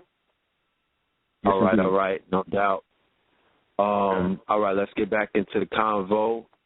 When we, right before we went into meditation, we were talking about our people and the fact that, you know, our people are very emotional. Do you agree? Of course we are. Okay. Now, my thing is this. When I got into this community, you know, we've known each other relatively for that length of time. I believe it was around 06, 07 when me and my brother started doing what we do, you know, in front of this camera from behind the scenes. And you know, it's been an interesting ride ever since. You know what I mean? A few people have come and go, you know, and some brothers are still with us. Salute to them. And coming into this community, you know, we know on the outside of this bubble or outside of this community, we deal with, you know, the everyday horrors of being in this jungle or being in the wilderness of North America, like Elijah said, or being in this fucking zoo, you know, how some places could be. You know what I'm saying? We dealing with this white supremacy. We dealing with this beast. We dealing with the mentality that he has inserted in our brothers and sisters. We dealing with media. We dealing with the attacks that we can't even see. We dealing with the food. You know what I mean? We dealing with the shit that's on TV and the radio. You know what I mean? We dealing with niggas from our past life that try to pull us back into that life and all of these things. And then we come into this community as what's the word that I could say, a safe haven, but not in the sense where this is some place where you could hide, but rather somewhere where you could come to unplug and get your mind right and build yourself back up, because we might have been getting torn down in that world. I know strippers I know sisters who was out there prostituting. I know dudes who did 20 years. I know niggas who came home off of bodies out coming to the community, you know, or they was on trial for their life, and they come into the community for a place for some level-headedness or for a place to heal, come amongst the teachers and the students and things like that to get right, to get strong again. And they do get strong again when they're introduced to their glorious history, like you said, by returning their greatness to them, building them up, giving them that courage, giving them a purpose so they can identify with something to live for, not just die for, but to live for. Right. You feel what I'm saying? Not enough people talk about that. But one thing that has been occurring when they come inside of this safe haven or this bubble is the fact that they're getting attacked inside the circle. They're encountering energies, and they're encountering all kind of ops, like opposition and stuff like that. You know, when they might go on YouTube, they read the comments, or they might comment on something and somebody might attack them. You know, F you, or your mama this, or, you know, all of these negative remarks. And then it's like, then you go on Facebook, people gossiping, and they're not really sticking to the fact of building each other up. Motherfuckers is, and let's not talk about the behind the scenes shit. You know, that's a horror movie. I won't even get into that. The gossiping that takes place, the tearing one person down, you know, I can't wait to finish this man's career and I hate him, and, you know, all of this negative energy that has been, you know, pervasive, very, very strong inside of this community in the last, you know, 9, 10 years and whatnot. What would you say to that as the general, as somebody who, you know, would be looked at as someone who would be guarding the gates, as somebody who has a profound influence over the hearts and minds of the brothers and sisters who woke up to your voice, to your image, you know what I mean, to your lessons and things of that nature? What would you say to encourage our brothers and sisters out there who may be feeling like, I don't want to fuck with this no more. I don't even want to be a part of this. I see a lot of whole shit going on. I see people who can't keep friendships. I see a lot of egos. I see a lot of jealousy. All of the negative things that we say that this beast has and we want to get away from, this niggerism that has pervaded our sacred surroundings and things of that nature. What would your message be, brother? That's a serious question, and really what it boils down to is you got the conscious community. The conscious community, when you say consciousness, you understand what I'm saying? You're dealing with a broad scope, a broad understanding, okay? You could be white and be conscious in the conscious community. Let's be real about it. You could be any other race as long as you halfway discusses something about Egypt or some occult teaching or this, that, and the third. You are considered a part of the conscious community, okay? That's just one. I'm gonna go across the board. You know what I'm saying? In the conscious community, if you have that same understanding of Egypt, the occult, you know, some information about the Kabbalah or the occult world of any major religion, Jew, Christian, or whatever, esoterical, all of this, then you could be a homosexual, a lesbian, and be in that culture. You see? And so the conscious community is you could be a nigger. You could be, and I'm not talking about the brothers and sisters that out here that's really, you could be the worst kind of nigger. And still if you have obtained some understanding about those areas. And so it's not the African community with morals, with the proper understanding of nationalism with the bigger goal. You understand? It's not the community that's truly in touch with the Garvey all the time. And really what I just said is the same thing they do with the margins. You see, they come in and it becomes a divisive thing. If you add crackers to it, they're going to influence the niggas that's in the community of that background that they, and they'll influence them not to be in the all-black power movement, the all-African power movement. And so they pulling niggas from there, and if you'll get a mixed view from them. You'll get a mixed view from them. When you ask them to stand on the front line, they won't be able to do it. And so with all this division, really what you're looking at with Christianity, Islam, all the different denominations is not happening in the so-called conscious community. And that's what it is. When you African and you saying your basis is Marcus Garvey, then you could call niggas on everything they do because Marcus Garvey got rules and regulations. Even Elijah Muhammad, rules and regulations. Okay, any of our great leaders with a great organization got rules and regulations. The conscious community has lived without rules and regulations, basically. Okay? Nobody is to know set rules and regulations. So it's really a mirage to believe that we was ever on one page anyway in the conscious community. So it was an illusion. It was necessary. Sometimes it's going to be, and so what's going to have to come is that I refer to the community as the African liberation community. It's always about liberation, and though we may have differences of expression right now about black, where blacks come from, this, that, and the third, Africa is the key. Africa could win the game for us. None of those other lands could do that. I'm just being serious.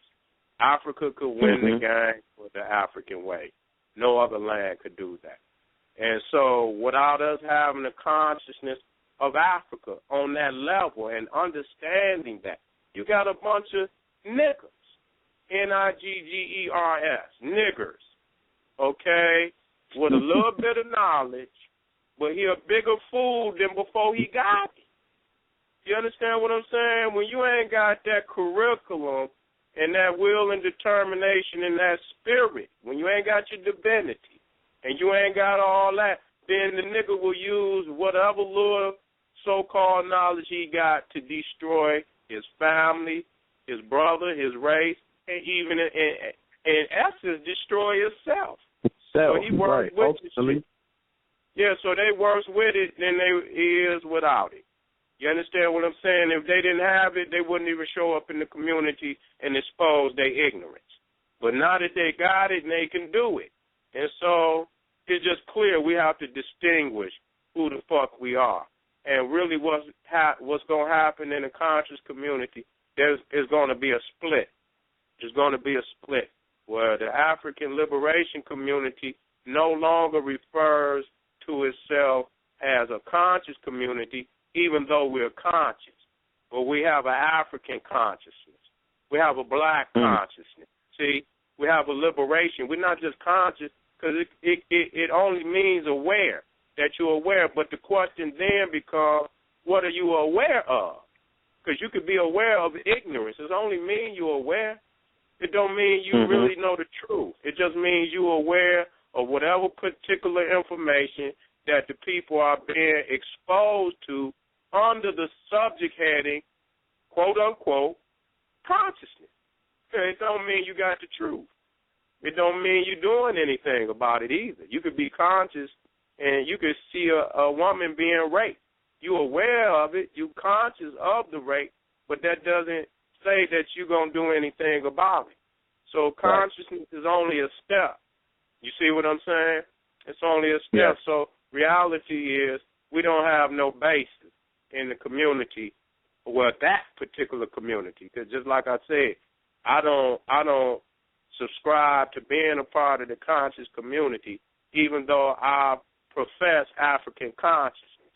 You know, I'm a part of the African liberation community. And we have rules and regulations that have been handed down by Garvey, by Ben, by Collins, by Clark, and we can always call our brothers and sisters on that fact because we can take them right to it. We have rules, and in that you have rules and regulations. But we have to quit thinking that the conscious community is the African liberation community. It's two different communities, and we must separate from that. And then when we separate from that, that dead weight. But see, it was always like SETI. Why do you fight so much? But because I knew that, and I know it today that we have to set because it'll become dead weight, and we will become lethargic. We won't be moving, and the questions gonna always be, why can't we have success? Why can't we do this? Why? Because we have the wrong niggas on our team. They're not ready. They're not ready. And I don't want to beat up on them, but I must profess that they are not ready because the negative attributes that you see and that you're talking about, those are the niggas that's doing it. And then you got some other motherfuckers, but it still points to the level of knowledge that they say they have. Because if they on a level that they swear that they're superior, then they should project the image that our teachers taught us. They should be high caliber standards, mannerisms, conduct. They should be that. You don't have to stoop to the level of niggas to deal with them. You just speak the truth. Sometimes you speak it hard, just to let them hard-headed niggas know. But you don't have to speak down to the level of these niggas. You see what I'm saying? So that's a determined, you know. See, and then you got to also understand another thing, the infiltration of African organizations by the government. A lot of these niggas is set-up niggas. They keep shit going on, too. That's another thing. You know, so we have to look at all the fundamentals. It's not always us. When you look at a lot of those homicides that go on in these cities, remember, it is not always us. So though we have some negative things that we are, you know, we project on each other on a daily basis, when it hit the media, we assume that it's all bad, that it's all negative, and it's not. If the right people will get from around these niggas, Niggers, and not the nigger, not the nigger, but the niggers. Okay, once you get from around, because they're not going nowhere. They don't want to go nowhere. Okay, this is a world that is sort of like the hip-hop of old. This was the attractive world that niggas wanted to come in because we were projecting knowledge that they had never saw before. We was using the technology in a way that ooh and ah, the shit pop up on the telephone, on the computers, on the iPad. They had never seen anything. And so we had young motherfuckers and some old heads that was still young in their mind that got a lot of that shit all at once, and it blew their motherfucking mind. But they lacked the courage, the morality to live it out in a way that it would be positive, a positive image for the rest of the people. They got a little bit.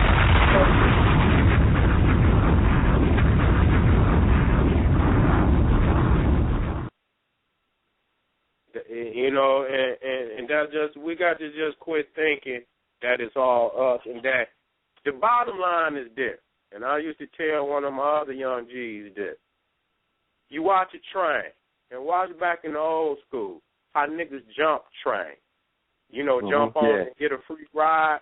You know how they get on it? If it's moving slow. That's how they get on it. Once it start moving slow, they jump on and they get a free ride. You see what I'm saying? They get off where they want to go. The train. That's right. They this motherfucker to get to one point, they'll use the culture to get to one point, and it's not the objective. And they've always done that shit to us. Look what they. So really, with the African liberation movement, or what they, which is being engulfed by the conscious community, shit, we got to cut. We had to cut these motherfuckers off and put some clear rules. Organization would do that. A lot of what you're seeing is the lack of organization. Clear objectives, clear rules, clear planning that is directed towards an objective. When you don't have no objective, you don't have no clear rules and regulations, ranking and filing, organization, people in the right departments, projecting the right information. You understand? Constantly keeping the people informed. Curriculum. We don't have the type of curriculum we need on the everyday level. And so they, like I said, they'll get a little knowledge, but they just lack the morality. They lack the organization that will put that young black man to work and make him really grow in character and stature. They don't have that. So you got niggas with a few pieces of knowledge, but they still niggas. And I don't give a fuck. You got to grow the fuck up. I deal with my street soldiers, but these is brothers that in the streets by circumstance, but they still got the mind to elevate. They not no ragged niggas, no foul niggas, no niggas that ready. These niggas just trying to stay babies, and they conscious and they thinking, trying to figure a way up out of it. All of them must have that in order to deal with me. You think you going? I understand you in the situation, but you got to be telling me, SETI, goddamn, man, I see this, I see that, and okay, brother, you gonna get it. It's there for you. You know what I'm saying? You got brothers, in the street. And we always want to put the negative stereotype on, but they got more morality, more consciousness, more organization, more standards than these niggas in the so-called conscious community. That's reality. Right. You see, so we have to read, just like the family, like nations in Africa had no borders. They had to move here and move there, and in order to feed the family, feed the herds. You understand? They had to migrate. Okay, and it's becoming time that we must migrate up out of the conscious community, and we must leave them niggas behind in all ways. You know what I'm saying? And take the consciousness that we do have, because if we take it up out of that shit and take the African liberation movement, the family, with all the skills we got, we could do this shit. A lot of us became household names, overnight. And a lot of that shit went to niggas' heads. You know what I'm saying? A lot of that shit went to niggas' heads. They started wanting to be famous. The niggas want to be the best at every motherfucking thing and willing to destroy the culture just to do it. You understand what I'm saying? And a lot of these niggas that's supposed to be teachers. We talking about motherfuckers that's supposed to be teachers. We ain't talking about the little low niggas. We talking about the up top niggas. You know what I'm saying? They're supposed to be teaching and being leaders.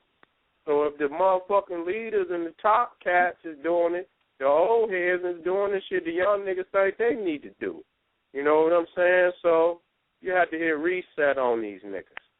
You have to hit reset and start just what you do with the religion. Niggas gonna have to destroy and rebuild this so-called conscious community with some organizations, some rules and regulations that must be adhered to by all people. And there's some general rules of morality that should keep black people off of this goddamn shit, throwing and slinging mud. If you out here battling intellectually, I try not to attack nobody personally. You know, I don't get into that. You know, I'm going to get into your head, but I'm not going to attack your manhood or nothing like that. I don't go that far with a motherfucker because I know how it'll be if a motherfucker go at me. So I try to keep people out off of that. But, you know, it should always be about the information. You know, it should always be about the information. And then if you do hit on a nigga, it's in jest. You know, it's in jest. Yeah. It'll be laughed about, and you understand that it was in jest. You don't go and put no man's personal information out there. You might talk about a nigga outfit or something like that. That's okay, you know, because it's going to be some, you know, it's going to be some rough drag, knock down, drag out type of shit too. But it should be done in a certain way where people can still maintain morality. You know what I'm saying? All of that could be done, but, you know, that's what it is. It's the lack of morality. So all that shit about the 42 negative confessions, all of this and shit, shut the fuck up. Y'all niggas ain't living none of that shit. None of you. You know what I'm saying? Shut your weak ass up. You know what I'm saying? If we laid niggas' lights out and we went down the list, and if that was the determining factor for a man or a woman to make it to the land of Amenta, the land of everlast, the majority of you niggas wouldn't make it, okay, even with the laws of my eye. You know what I'm saying? You know, I have not committed acts of impurity. You understand what I'm saying? I have not defiled the water. I have not sold poison to my family. Mm-hmm. See what I'm saying? And so that's where the action, you know, make a nigga stand up. Even if he in the street, he gonna fight like hell to get the fuck up out of it because he know morally and spiritually he in default. Even though he got to do it, that ain't it, but he morally in default because even though he got to eat, he is laying down his family to eat, and that should never be the way. So if you got to band together to go to war with the beast, that's better than just sitting there and feeding your family poison and killing them, and then you keep using the excuse over and over and over and over. If you're going to get that shit, go on and get it, nigga. Go on and get it. And get the fuck on and handle your business. And even then, how many lives are you going to take off of here? Is that a big enough excuse for you to live that type of life? You know what I'm saying? The morality will do that for you. And a lot of them niggas know that. And they trying like hell to get the fuck out of this shit. But see, if they ain't been taught to Garvey, because you need an external plan as a black man or woman in America. You got to have an external plan. If you don't have the external plan, you are trapped. That's number one. You know what I'm saying? Mm-hmm. And then if you ain't got that and you know you need it, what you have, you will start to stagnate. You will start to go in it because you won't have no progress. You will have all the information to make the progress, but you won't have no progress. You see what I'm saying? You will have some of the information to make the progress, but you'll be lacking other key information, the Garveyism. You might know that there's how many times the sun go around, days the sun go around the moon. They'll quote all them facts. God got 99 names. Motherfucker know them all. You know what I'm saying? Know all the surah, know all the chapters and verses, know all the Dr. Ben's books, forwards and backwards, know all the goddesses, know all the temples. But then they just lack key things, such as morality. I mean, anybody could regurgitate them facts now. You know what I'm saying? And so we done stagnated. We done moved slow, just like the train, and a lot of vagabond niggas didn't hop the train, and it's moving slow, and you mashing down on the goddamn gas like a motherfucker. You say, God damn, this motherfucker still. But you ain't went back there and checked and seen all the extra baggage and shit, the unwanted baggage that's on the goddamn train. Goddamn engine is about to die trying to pull all these motherfuckers that ain't doing nothing. So that's what it is, man. Speed is a part of this revolution. And when you get the motherfucking information, you got to move quickly or it's no longer valuable. You understand what I'm saying? You have to damn near catch him by surprise. You know, like some Master P shit. You know, just to use, you know, he caught them motherfuckers at the right time where the man went in there and made $500 million. Caught him. He the only nigga that did it. You understand? You know, I don't know if them niggas over in Cash Money, they might have been the second that got a nice little piece of money. But Master P, for the most part, the only motherfucker to pull that shit off. You had to catch them by surprise when they ain't expecting that shit. You hit a lick. You hit a lick. And he still, you know, got, you know, a lot of them dollars. I'm surprised they ain't took him from his ass because that's what the fuck they do. But, you know, he has managed to hold on to his shit. And so, you know, but that's what you have to do. You have to be by surprise, and you have to have that speed to do it quickly, where they can't implement nothing that could stop it. And even if they did, you done got far enough where you got something out of that strategy. Now let's go to the next strategy. You got the something next out one. of that. Yeah, move to the next strategy, and you always come silent. You always try to come in silent and power. We try to talk general to our people so that they don't get out there and put their business. And, you know, and when we give you general information, we expect you to take the general information, go back home, and make the specific information for what you're doing in your community. You make it specific. You don't use the general info because they will try to attack it. You know what I'm saying? So you don't never put the plan out there in any capacity where the white man could try to checkmate you in this way and that way. You try to stay as silent as possible. You teach general information in an open setting like this. You know what I'm saying? You can't go out there and put your whole motherfucking plan out there, nigga, or even a part of it. And if you do, try to put and see, but it's a key. You got to have organization even to play that card, to put false information out there. Because these niggas don't know the difference between the truth and falsehood. So you can't even play that card until at least it's enough organization for people to know if the general say so-and-so, so-and-so, at so-and-so, this is what we expect him to mean.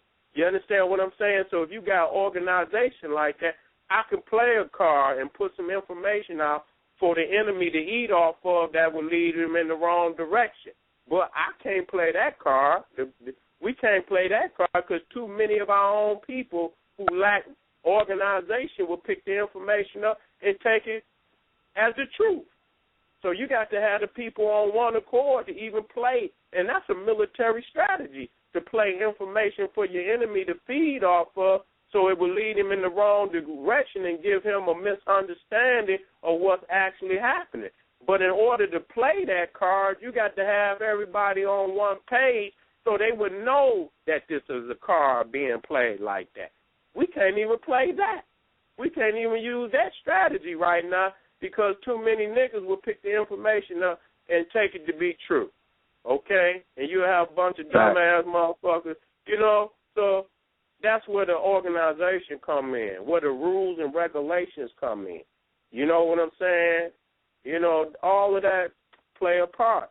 So it coming a time where this year stepping up, when we calling niggas on guard, when we calling niggas on the major information that our elders then brought that we know right and exact, we need to make an official constitution of the African. That's what it really is. That's what the organization. And when you have a constitution, what's your objective? What is the rules and regulations, the laws, the whatever tenets that you need to achieve your objective? Then you make it a constitution. You move on it as a people. You make the constitution real. If you don't have that type of organization, you're going to have little Minutemen niggas on the motherfucking internet trying to get 5 seconds of fame, trying to throw up a quote of the year, trying to make the fly's Black Power photo. That's all the fuck you going to have.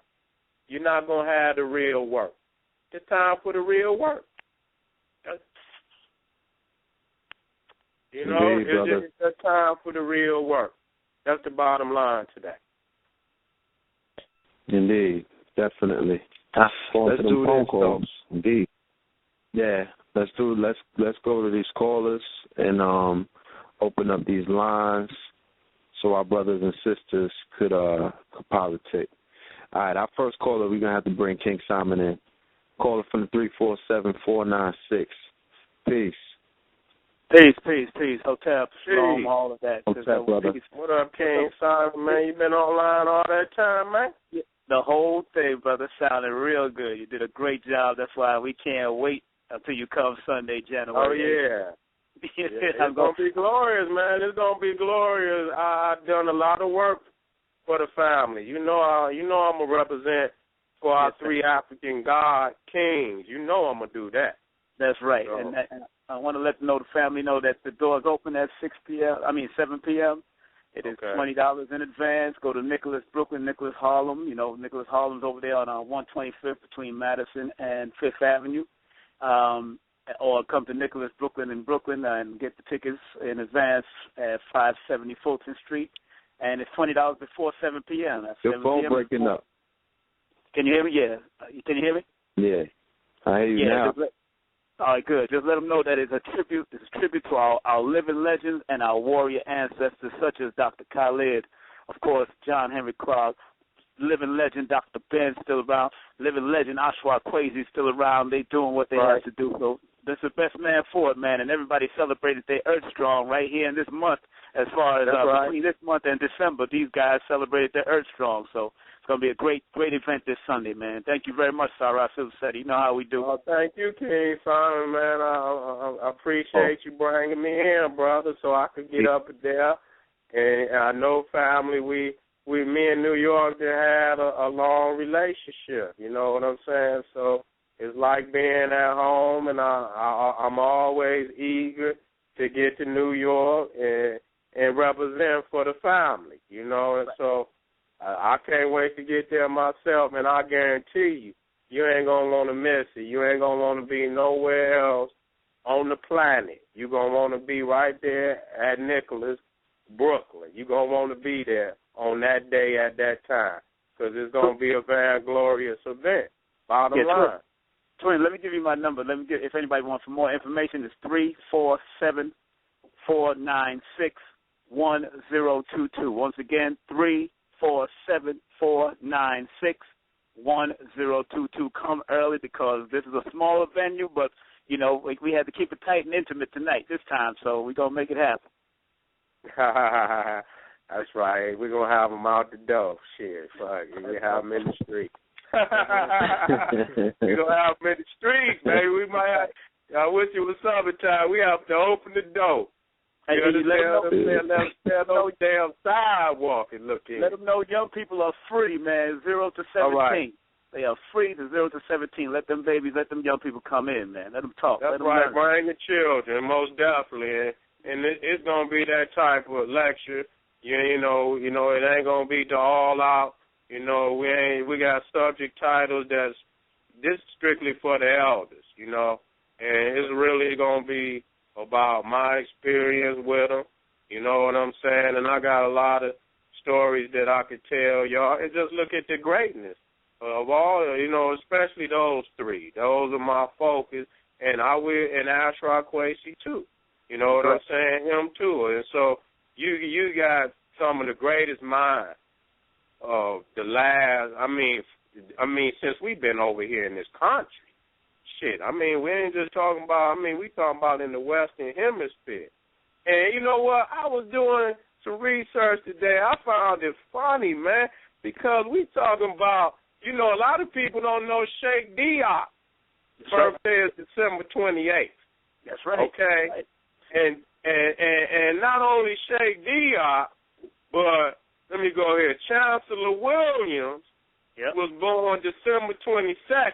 Yep. And then you got Khalid on the 12th.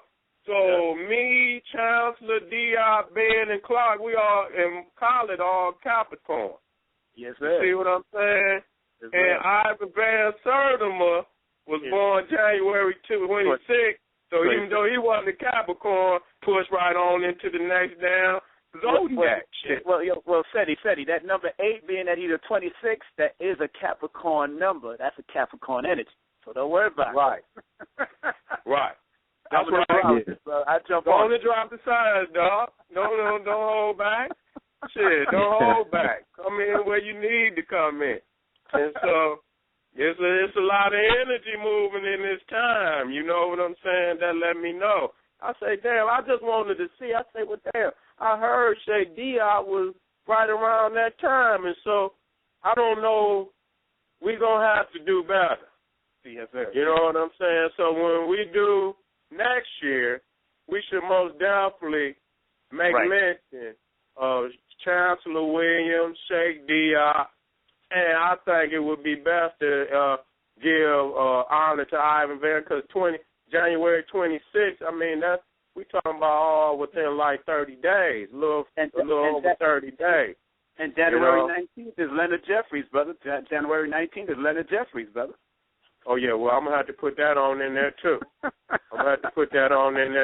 You know what I'm saying? We're going to have to, so we're going to call out all them names. And the others, too, but, you know, since it is, you know, they Earth Days, you know, then we should honor all of them together. And it would be more powerful. It would even be more powerful. You know what I'm saying? Since we're talking about solar returns, I want to give an ashe to Baba Valentine. Today is his born day. What? Also, January 6th. Yeah, happy born day. You know, I think Sade is even born today. So this whole patch of time frequency, you know, a lot of people came through this particular portal. So this is some strong energy. Shout out to the Capricorns out there. All right? Yes, sir. Even though I ain't as big on the zodiac as other people, I have to, you know, once you see something like this, you feel good about representing it. So if that's what it's about, then I'm with that. Whatever season or time that it was, you know, that gave birth to a lot of this knowledge and energy, it came through that portal, just like you said. So, you know, that's special. That's special. A lot of our great ones came through this time. And so, I mean, then when you think about Heru, then you think about these times. You see what I'm saying? You know? You think about Heru, December 25th, then Heru would have been a Capricorn. Okay? He would have been born in the Capricorn ever. So that's saying something. You know what I'm saying? So yeah, I just want to say something. I'm going to go ahead. I'm going to get ready because I'm coming in tomorrow.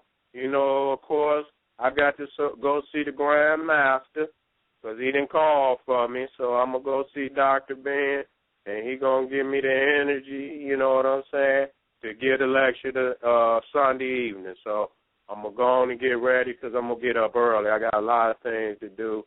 And then I'll be in New York tomorrow, not evening, but afternoon.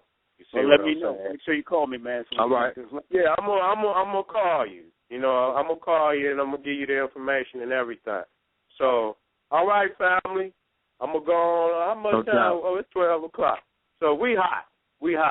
Put this one on the classic platform. This is definitely a classic. Can we take about 2 calls, though? Because it is a lot of people. Yeah, we take 2 calls. I'll take some. All right. Come on. Get into that, Red. Indeed. All right, let me go in 713-315. Peace. Welcome to Know the Ledge Radio. Man, what's going on? Can you hear me? Loud and clear, brother. Peace. What's good? Man, it's a wonderful thing that I actually was able to get on the phone and speak with you guys, man. I'm way out here in Texas, man. I'm 22 years old. I just graduated college. But, man, I just want to say you guys are inspiring, man. Y'all make me want to do better just as a black man, you know. I just want to say that listening to you all, what Sara Suten Setito was saying about the organization, you know, these are things that a person like me needs, you know, that I need to continue to hone and embrace just if I want to be somewhere. He said that we needed organization, we need a plan. Just to paraphrase what he said, these are things that I really appreciate you all putting out there as far as the knowledge, man. I just want to say, just a little feedback. Just keep it authentic, you know. These are things that I appreciate, man. And as far as that meditation, man, that really helped, man. I was kind of like, you know, like y'all talk about the media and things like that. I wasn't too certain about that thing. You think like it's kind of weird, but you know, it does help. You know, kind of help me focus and balance. You know, and also as far as like the media, you all were saying, you can maybe y'all talk about reaching the youth. You know, a lot of us on social media as well. So if you guys have social media, make sure you all put that out there because you know it's a lot of youth that's on there. I have a little brother. He's 12 years old, 13 years old, about to be 14, and he's on social media. So if y'all want to get them young warriors, put that information out there to counteract that propaganda, man. Make sure you get in touch with social media and put that up there. I know some of y'all operations have to be covert, but whatever you guys can put out there, make sure that y'all do it. That's right. That's what's up. That's right, brother. Indeed. We appreciate you, young warrior. You know what I mean? Just keep your ears to the ground. I know that something big is coming up in May out there in Houston, Texas. I don't know what part of Texas you in. I'm on the southwest side, man. Actually, I got my tickets to go see Claude Anderson tomorrow, man. My name is Marcus. You're a giant. That's what's up. Giant. Yeah, man. You can look me up. You can look me up on social media at J_SIVERAND, J_SIVERAND, man. I'm a young brother. You know, I look up to you guys. You are the modern day teachers. You are the leaders, man, that really give me that same encouragement as Dr. Carter G. Woodson, you know, Malcolm X, you know, that persistence. Y'all stay with it, stay authentic, man. That's what we need out here for us that don't have those leaders in our lives, you know, really. That's what's up, brother. Stay there. Thank you, brother. We'll be there. Believe. Thank you. All right. Indeed, brother. Peace. Peace. All right. Peace. We're going to go to one more caller. Caller from the 410-595. Peace. And I got a new membership. But other than that, either I'm Raku or I'm the Cosmocrat. And you can find him anywhere. And you spell that Cosmocrat with a K. Because I see some other nigga on the internet. Brother Cosmo. There's a C. Brother Cosmo. We on another blog talk. Yeah. All right, we're going to have to come back to him.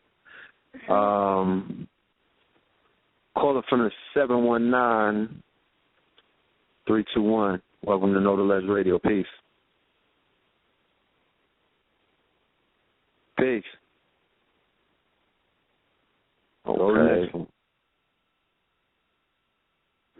Caller Chasarod. I guess this is Skype. Peace. Welcome to Know the Less Radio. Chasarod. This is Chaos Rod. Blue Pill. Brother Red Pill. Peace. Welcome to Know the Less. Red Pill. Yeah, well, you know, I get confused between two. Questions, concerning my brother? My question to the general, if it comes back to me, I would say, you know, that was pretty interesting with the stocks with Africa. At times, I didn't know they have stocks most people could purchase at this time now. But one question, any like the stocks that's out there now, what about the one they were doing? I forgot one particular African brother that trying to import African vehicles, like a car made from Africa. Yeah. Well, I don't know what happened with that, but see, this is you know, we're exploring this economic thing. We're exploring it, so we don't know all of the rules and regulations. We don't know what we can and what we cannot do right now. That's why we just putting the information. And so now it's time for us to maybe get some stockbrokers, do some black stockbrokers that I might add, and start doing some research on how we able to buy stock in African countries. Because, I mean, you own Wall Street. I mean, they have African companies on Wall Street. Mm-hmm. Okay? Yes, they do. I mean, all type of companies is dealing on Wall Street. You know what I'm saying? I mean, as far as doing trade and businesses and whatnot. So, I mean, all businesses in the world, if they tied in to the capitalist system of the Western world, then they have to deal in stock. You know what I'm saying? They have to. So, I mean, all we have to do is figure out how the process go, how do we buy, you know, and like I said, the research on the companies you have to do. You know, you have to look at the products, the resources, and you have to gauge on where you thinking the company is going. But we have to see how we could buy the stock. We don't know how we could do it, but like I said, Africa is moving on a Western base too. I mean, so a lot of those countries over there are moving on the Western base. So I'm quite sure that they buying and selling stock for some of these African companies, probably right there on Wall Street. So you just have to figure out a way. And if they don't, then they must have an African market. They must have an African market very similar to Wall Street. And so we might have to buy directly into Africa. You know, we might have to go direct, and we might have to get, and so we have to see how that goes, before, you know, and we have to see the process, because we don't want to be taken by fake people trying to pretend like they stockbrokers and whatnot. So we have to be very careful. And so you just using little amounts of money at first just to get the process down. Shit, if a stock only costs $10 or $15 or $50 or whatever, be ready to lose $300-400. It ain't shit. I mean, we ain't talking about losing it, but you playing with it to see the process. And then once you get the process down, then you move full-fledged, you know, with the process, because you know the ins and outs, you know where to buy, you know where it's safe to buy, you know the ins and outs of the company you intend to buy stock in, and so it's just time to get busy at that point. And so any and everybody to start the process, you can just contact a stockbroker and get a consultation from a stockbroker in what your possibilities is. And if you don't hear what you want to hear, go to another one. Don't take one. You know, try to get, 4 or 5 different opinions from different stockbrokers. You don't have to let them know. You talk to the other one so they don't make shit up, and engage where, what is your possibility. Okay? That's what you do. Don't go into, but it will be a beautiful process to get our people, because that's something that we could do individually to build up our ability to work as a community. When we see progress like that, that we can control. I have to start with projects that each individual can control themselves. So when it's time to point the finger, you can't point it at nobody. If you go in the community, niggas get the line, well, he did it and that, he did it, she did it, it's his fault, it's her fault, and it's sometimes because niggas is weak.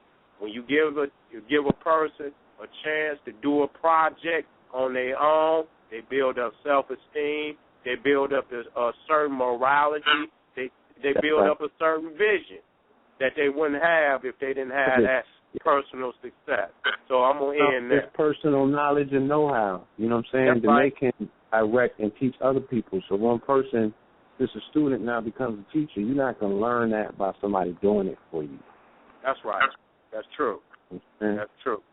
And so, like I say, it's easy. Just get your list, get your 4 or 5 stockbrokers, make sure they're in the same area, make some calls, make some consultation. Might cost you, they might have free consultations, and then it might cost a couple $. I don't know. And even if have the questions ready. Don't go there fumbling, this, that, and the third. Have your questions ready. And if they don't answer the questions, that's not the stockbroker for you. Period. Okay. And brother, thank you. Thank you for your call. No, brother. Please respect the call.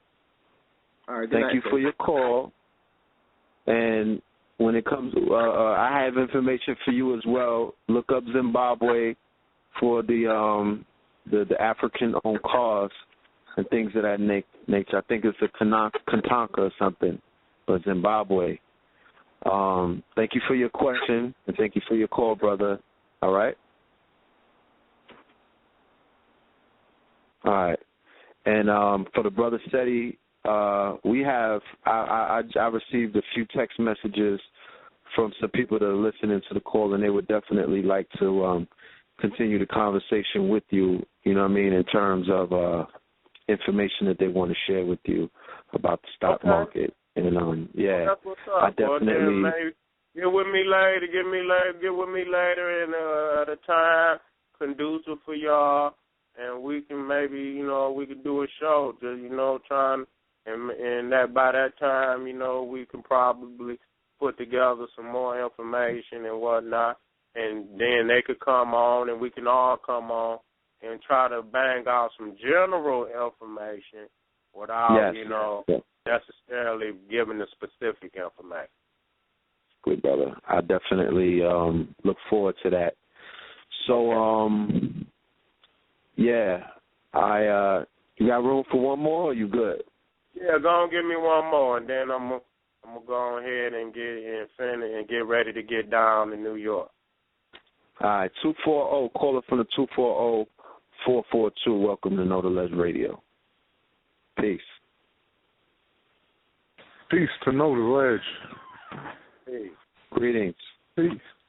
Peace to Brother Suten Setito. Peace. What's up, family? Man, ain't nobody got my spirit that hype since when I was learning about Malcolm when I was a young brother, man.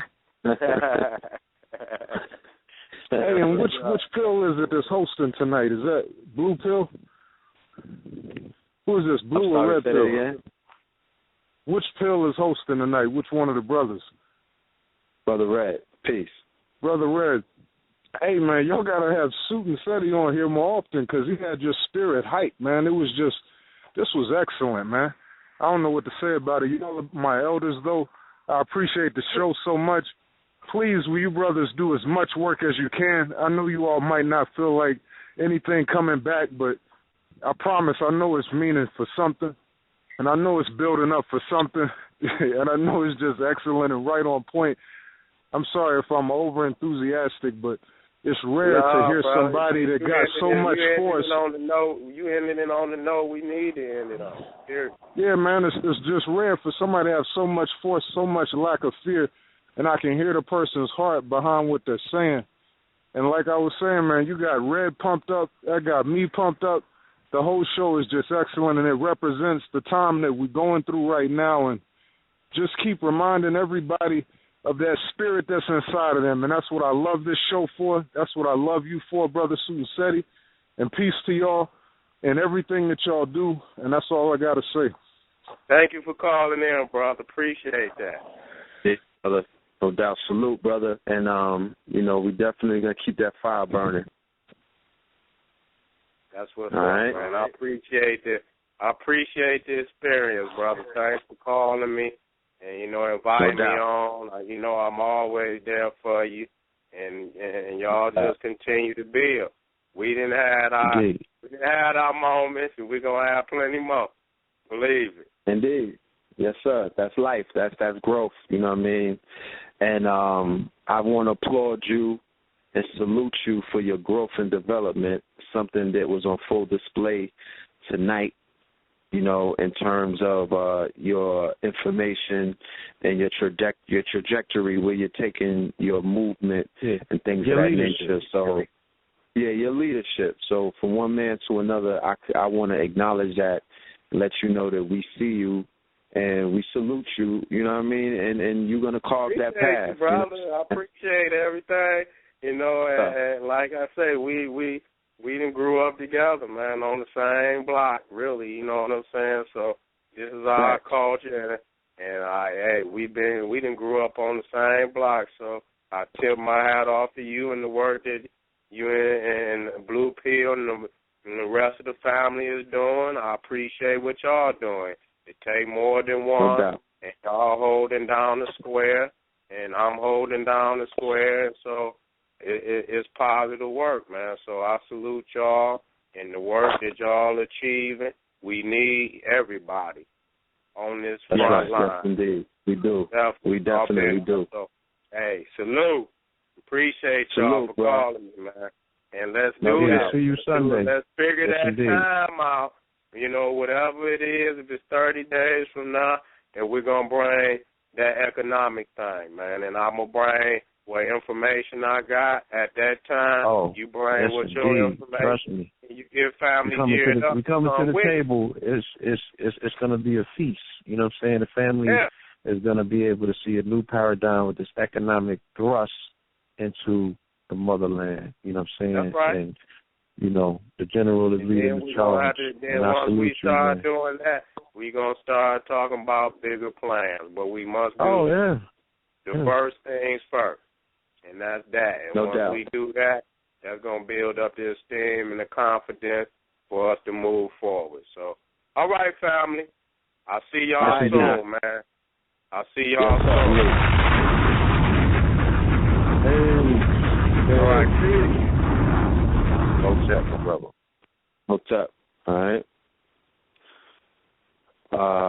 So what you want to do, Blue? You want to go to the callers or call it a night so we can prepare? Can I play that upload? Yeah. I think the brother captured the sentiments of what we were dealing with, especially with us moving into this King Weekend. You know, we prepared a selection for the family, an audio selection, a presentation, you know, a glimpse into what we're going to be doing, you know what I'm saying, in the very near future, you know. And maybe we could start commodifying this as our intellectual property and invest it in our own stocks as well, you know. No doubt. Yes, indeed. Yes, indeed. All right. So we're going to leave you with this, family. Love and light to everybody. We will see you on Tuesday. For the New York family, we'll see you on Sunday. Automatics has a fundraiser tomorrow at the Cotton Club, and on the 22nd, he's going to go to court in Staten Island to represent the brother that was kidnapped. That was filming Eric Gardner. I forgot his name. Automatics. I think his name. Brother. But I believe Automatics may be here on Tuesday to speak about that. If you're in the tri-state area, he needs your support. He's going back into courts after 20-plus years. He's kicking in the door, waving his 4-4. So let's hold the elder down, all right? Irregardless of what you think, you know, how you feel about those judicial systems, our presence is most important. You know, you can hand all the pamphlets out and tell people what you need them to know once you get there, but let's get there, all right? So raising in the sun, y'all, this is what we leave you. It's an offering. Yes, peace, love, and light. Raising in the sun. All right.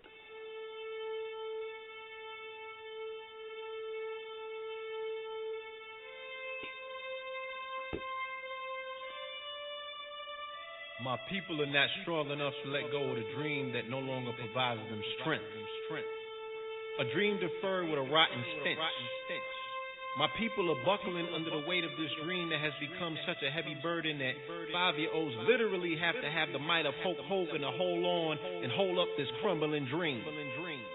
We have ushered our family to a burning house in hopes of finding this dream. And we are now so deep in a house, it's virtually impossible to get out. The ceiling is collapsing, and we are using our youth as shields to absorb the blunt force trauma from this collapsing beam. Buckling under pressure, eroding from exposure to the elements, weakened from within. An infrastructure that has been molested by the molars of mechanized nano termites as if they had their national convention there. You can rise from Butler, the president of this house. America will find a way to remind you, though, you still a nigga.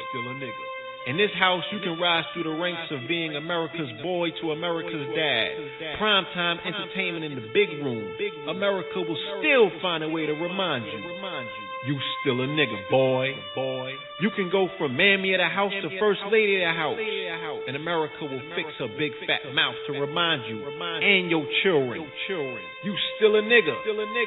Funny thing is, this the house you built.